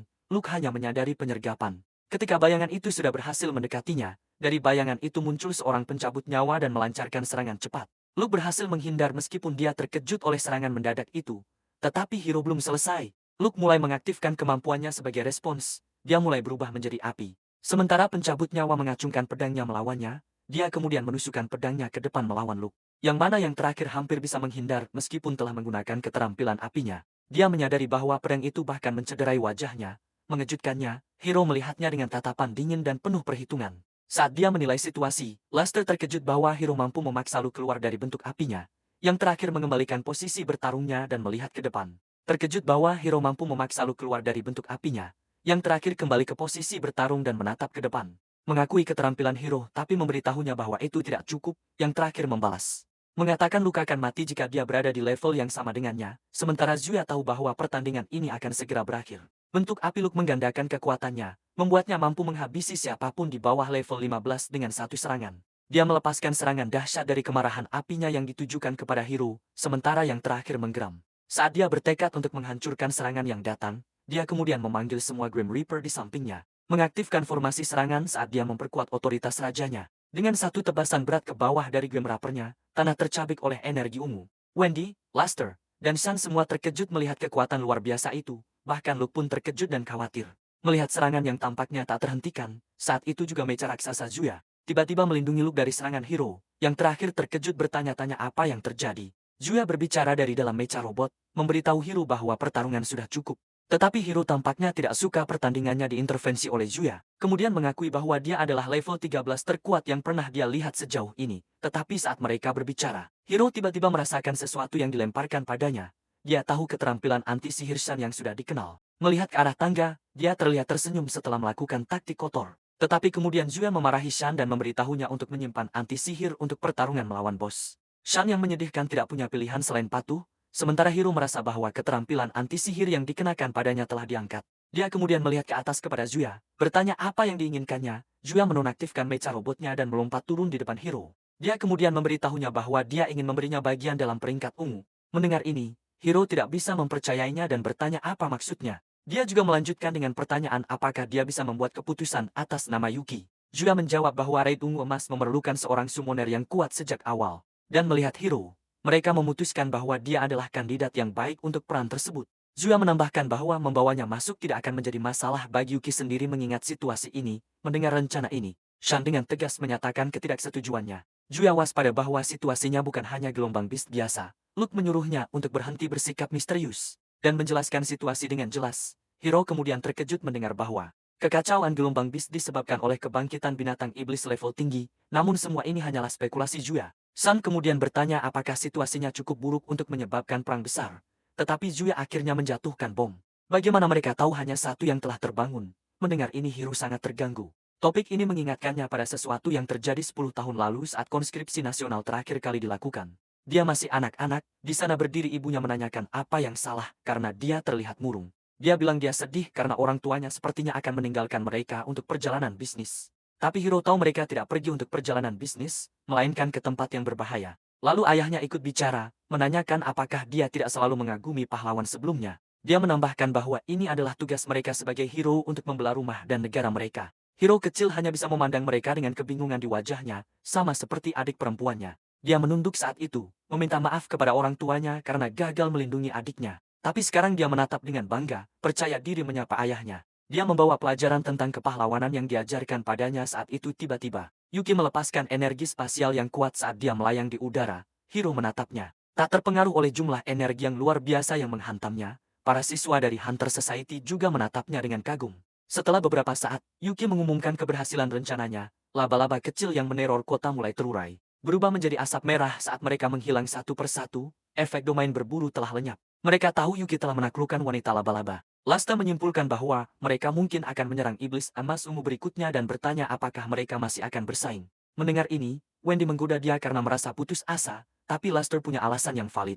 Dia tidak pernah tahu bahwa jarak kekuatan di antara mereka sebesar ini, namun Wendy tahu ada alasan mereka dikirim ke sini oleh Presiden. Ternyata setelah divinasi mereka melihat bahwa Yuki akan menghadapi kemunduran pertama dalam hidupnya. Sementara itu, tangan Luke tiba-tiba menyala dengan api ungu. Zuya dengan cemas memanggil Luke. Sementara yang terakhir tampak kehilangan akal. Hiro segera mempersiapkan diri dengan Grim Reaper-nya. Tapi Luke kemudian mengeluarkan sangkar api yang mengurung Hiro di dalamnya. Yang terakhir menyadari bahwa sangkar ini khusus untuk melawan kekuatan nekromansinya. Luke mendekatinya dengan aura membara, menyatakan bahwa ini adalah dirinya di puncaknya. Hiro membalas dengan mengatakan bahwa bentuk puncaknya tampaknya bahkan lebih lambat dari sebelumnya. Luke tidak akan mentolerir penghinaan ini, dan segera menyerang maju untuk menyerang. Tidak terpengaruh Hiro bertanya, apakah kecepatan lambatnya karena energinya habis lebih cepat? Dia tepat sasaran. Luke takut bahwa dia masih akan kalah darinya bahkan di puncaknya. Menolak untuk menerima kenyataan ini. Luke meluncurkan tinju berapi api ke arah Hiro, tapi yang terakhir hanya menatapnya. Menyatakan bahwa dia belum menggunakan gerakan ini dalam waktu yang lama, Hiro menatapnya dengan tatapan serius. Melepaskan jumlah darah yang sangat intens di pihak yang menerima, Luke membeku dan terkejut. Dia terhenti di tempatnya dan jatuh ke tanah sambil bergetar ketakutan, dia menggeramkan giginya dan melihat ke atas. Hanya untuk melihat seorang pencabut nyawa tepat di depannya mengacungkan sabit ke arahnya. Dia mulai berkeringat saat sabit itu meluncur ke arahnya. Untung baginya, robot mecha Zuya sekali lagi berdiri di sana untuk menghentikan serangan itu. Zuya menghentikan pertarungan dan memberitahu Hiro untuk menghemat energi mereka untuk serangan binatang emas ungu. Namun Hiro berkomentar bahwa seseorang tampaknya tidak ingin berhenti. Merujuk pada Luke, yang terakhir menggertakkan giginya berpikir bahwa tidak ada yang pernah membuatnya merasa seketakutan ini. Dia dengan marah berdiri dan menuntut rematch. Mengatakan bahwa dia tidak mengakui ilusi yang dia lakukan. Tetapi Zuya memberitahunya untuk berhenti, mengingatkan dia akan beratnya situasi. Mendengar ini, dia tidak punya pilihan selain mendengarkan dan patuh. Dia berbalik dan menyatakan bahwa dia akan membalas dendam. Meskipun mungkin tidak sekarang setelah masalah diselesaikan. Zuya memperkenalkan dirinya dengan baik sementara Hiro melakukan hal yang sama, tetapi mendengar asal-usulnya. Zuya akhirnya menyadari bahwa dia adalah pembangkit kedua yang disebutkan Freya. Mereka sekarang mengerti mengapa dia begitu kuat, dan bertanya apakah dia sudah menguasai kekuatan terbangkit, namun Hiro sama sekali tidak tahu tentang perubahan yang terjadi setelah kebangkitan kedua. Melihat ini, Zuya menyimpulkan bahwa dia belum diganggu oleh faksi-faksi, namun dia tahu bahwa begitu dia jatuh ke tangan mereka, dia akan menjadi tidak lebih dari mesin perang seperti Yuki. Melihat suasana hati Zuya yang masam, Hiro menduga bahwa perubahan yang dia sebutkan tidak baik. Yang terakhir hanya memberitahunya bahwa kekuatan individu yang terbangkit tidak bisa diukur dengan level-level sederhana. Melihat Hiro, dia bertanya-tanya betapa menakutkannya dia nanti setelah dia menguasai keterampilan terbangkitnya. Setelah beberapa saat, Yuki akhirnya turun bersama Freya sementara Shan dengan cemas memanggilnya. Dia kemudian mengancam akan membunuhnya jika sesuatu terjadi pada Freya, tetapi yang terakhir meyakinkannya bahwa dia baik-baik saja. Sekarang Zuya mendesak Hiro untuk bersiap-siap karena mereka akan menghadapi binatang emas ungu. Sementara itu Wendy dan Luster bertanya-tanya apa yang harus dilakukan dalam situasi ini. Di bawah mereka ada Yuki, Luke, dan Zuya yang membicarakan rencana mereka. Setelah mendengar berita tentang gelombang binatang, Yuki bingung. Zuya menjelaskan bahwa gelombang binatang yang tiba-tiba ini mencurigakan dan mereka harus meninggalkan tempat itu dalam waktu 3 hari. Dia menambahkan bahwa mereka beruntung memiliki Hiro di sana dan menyarankan agar mereka membiarkannya bergabung dengan mereka. Tetapi kemudian Yuki berkata tidak perlu repot-repot seperti itu saat dia mengeluarkan sebuah gulungan emas. Melihat ini, Hiro terkejut. Freya memberitahu Hiro bahwa ini adalah peta alam rahasia. Yang dia ceritakan sebelumnya, dia menambahkan bahwa ini adalah peta lengkap untuk bos binatang emas ungu. Sarang sayap ungu Yuki mulai membuka peta dengan anggun dan prosesnya mulai merobek tanah menjadi 2. Retakan itu semakin lebar membuka jalan yang menuju ke jurang terdalam dari abis. Hiro melihat ke bawah sementara Freya menjelaskan bahwa peta harus dibuka di koordinat tertentu. Yuki kemudian menatapnya dan memberitahunya untuk masuk jika dia tidak takut mati. Tanpa ragu sedikit pun, dia langsung melompat ke dalam retakan di tanah. Namun semua orang khawatir bahwa ini akan membuat pintu masuk rahasia sekarang diketahui banyak orang. Dan merasakan aura monster di dalam sana. Zuya kemudian menyarankan agar mereka tidak turun. Membuat mereka bertanya-tanya apakah dia tahu apa yang ada di dalam sana. Tetapi dia sudah mengatakan apa yang perlu dia katakan. Sekarang kelompoknya secara bersamaan melompat bersama-sama ke dalam jurang retakan. Melihat ini, siswa-siswa lain yakin ada harta karun dan ingin bersaing.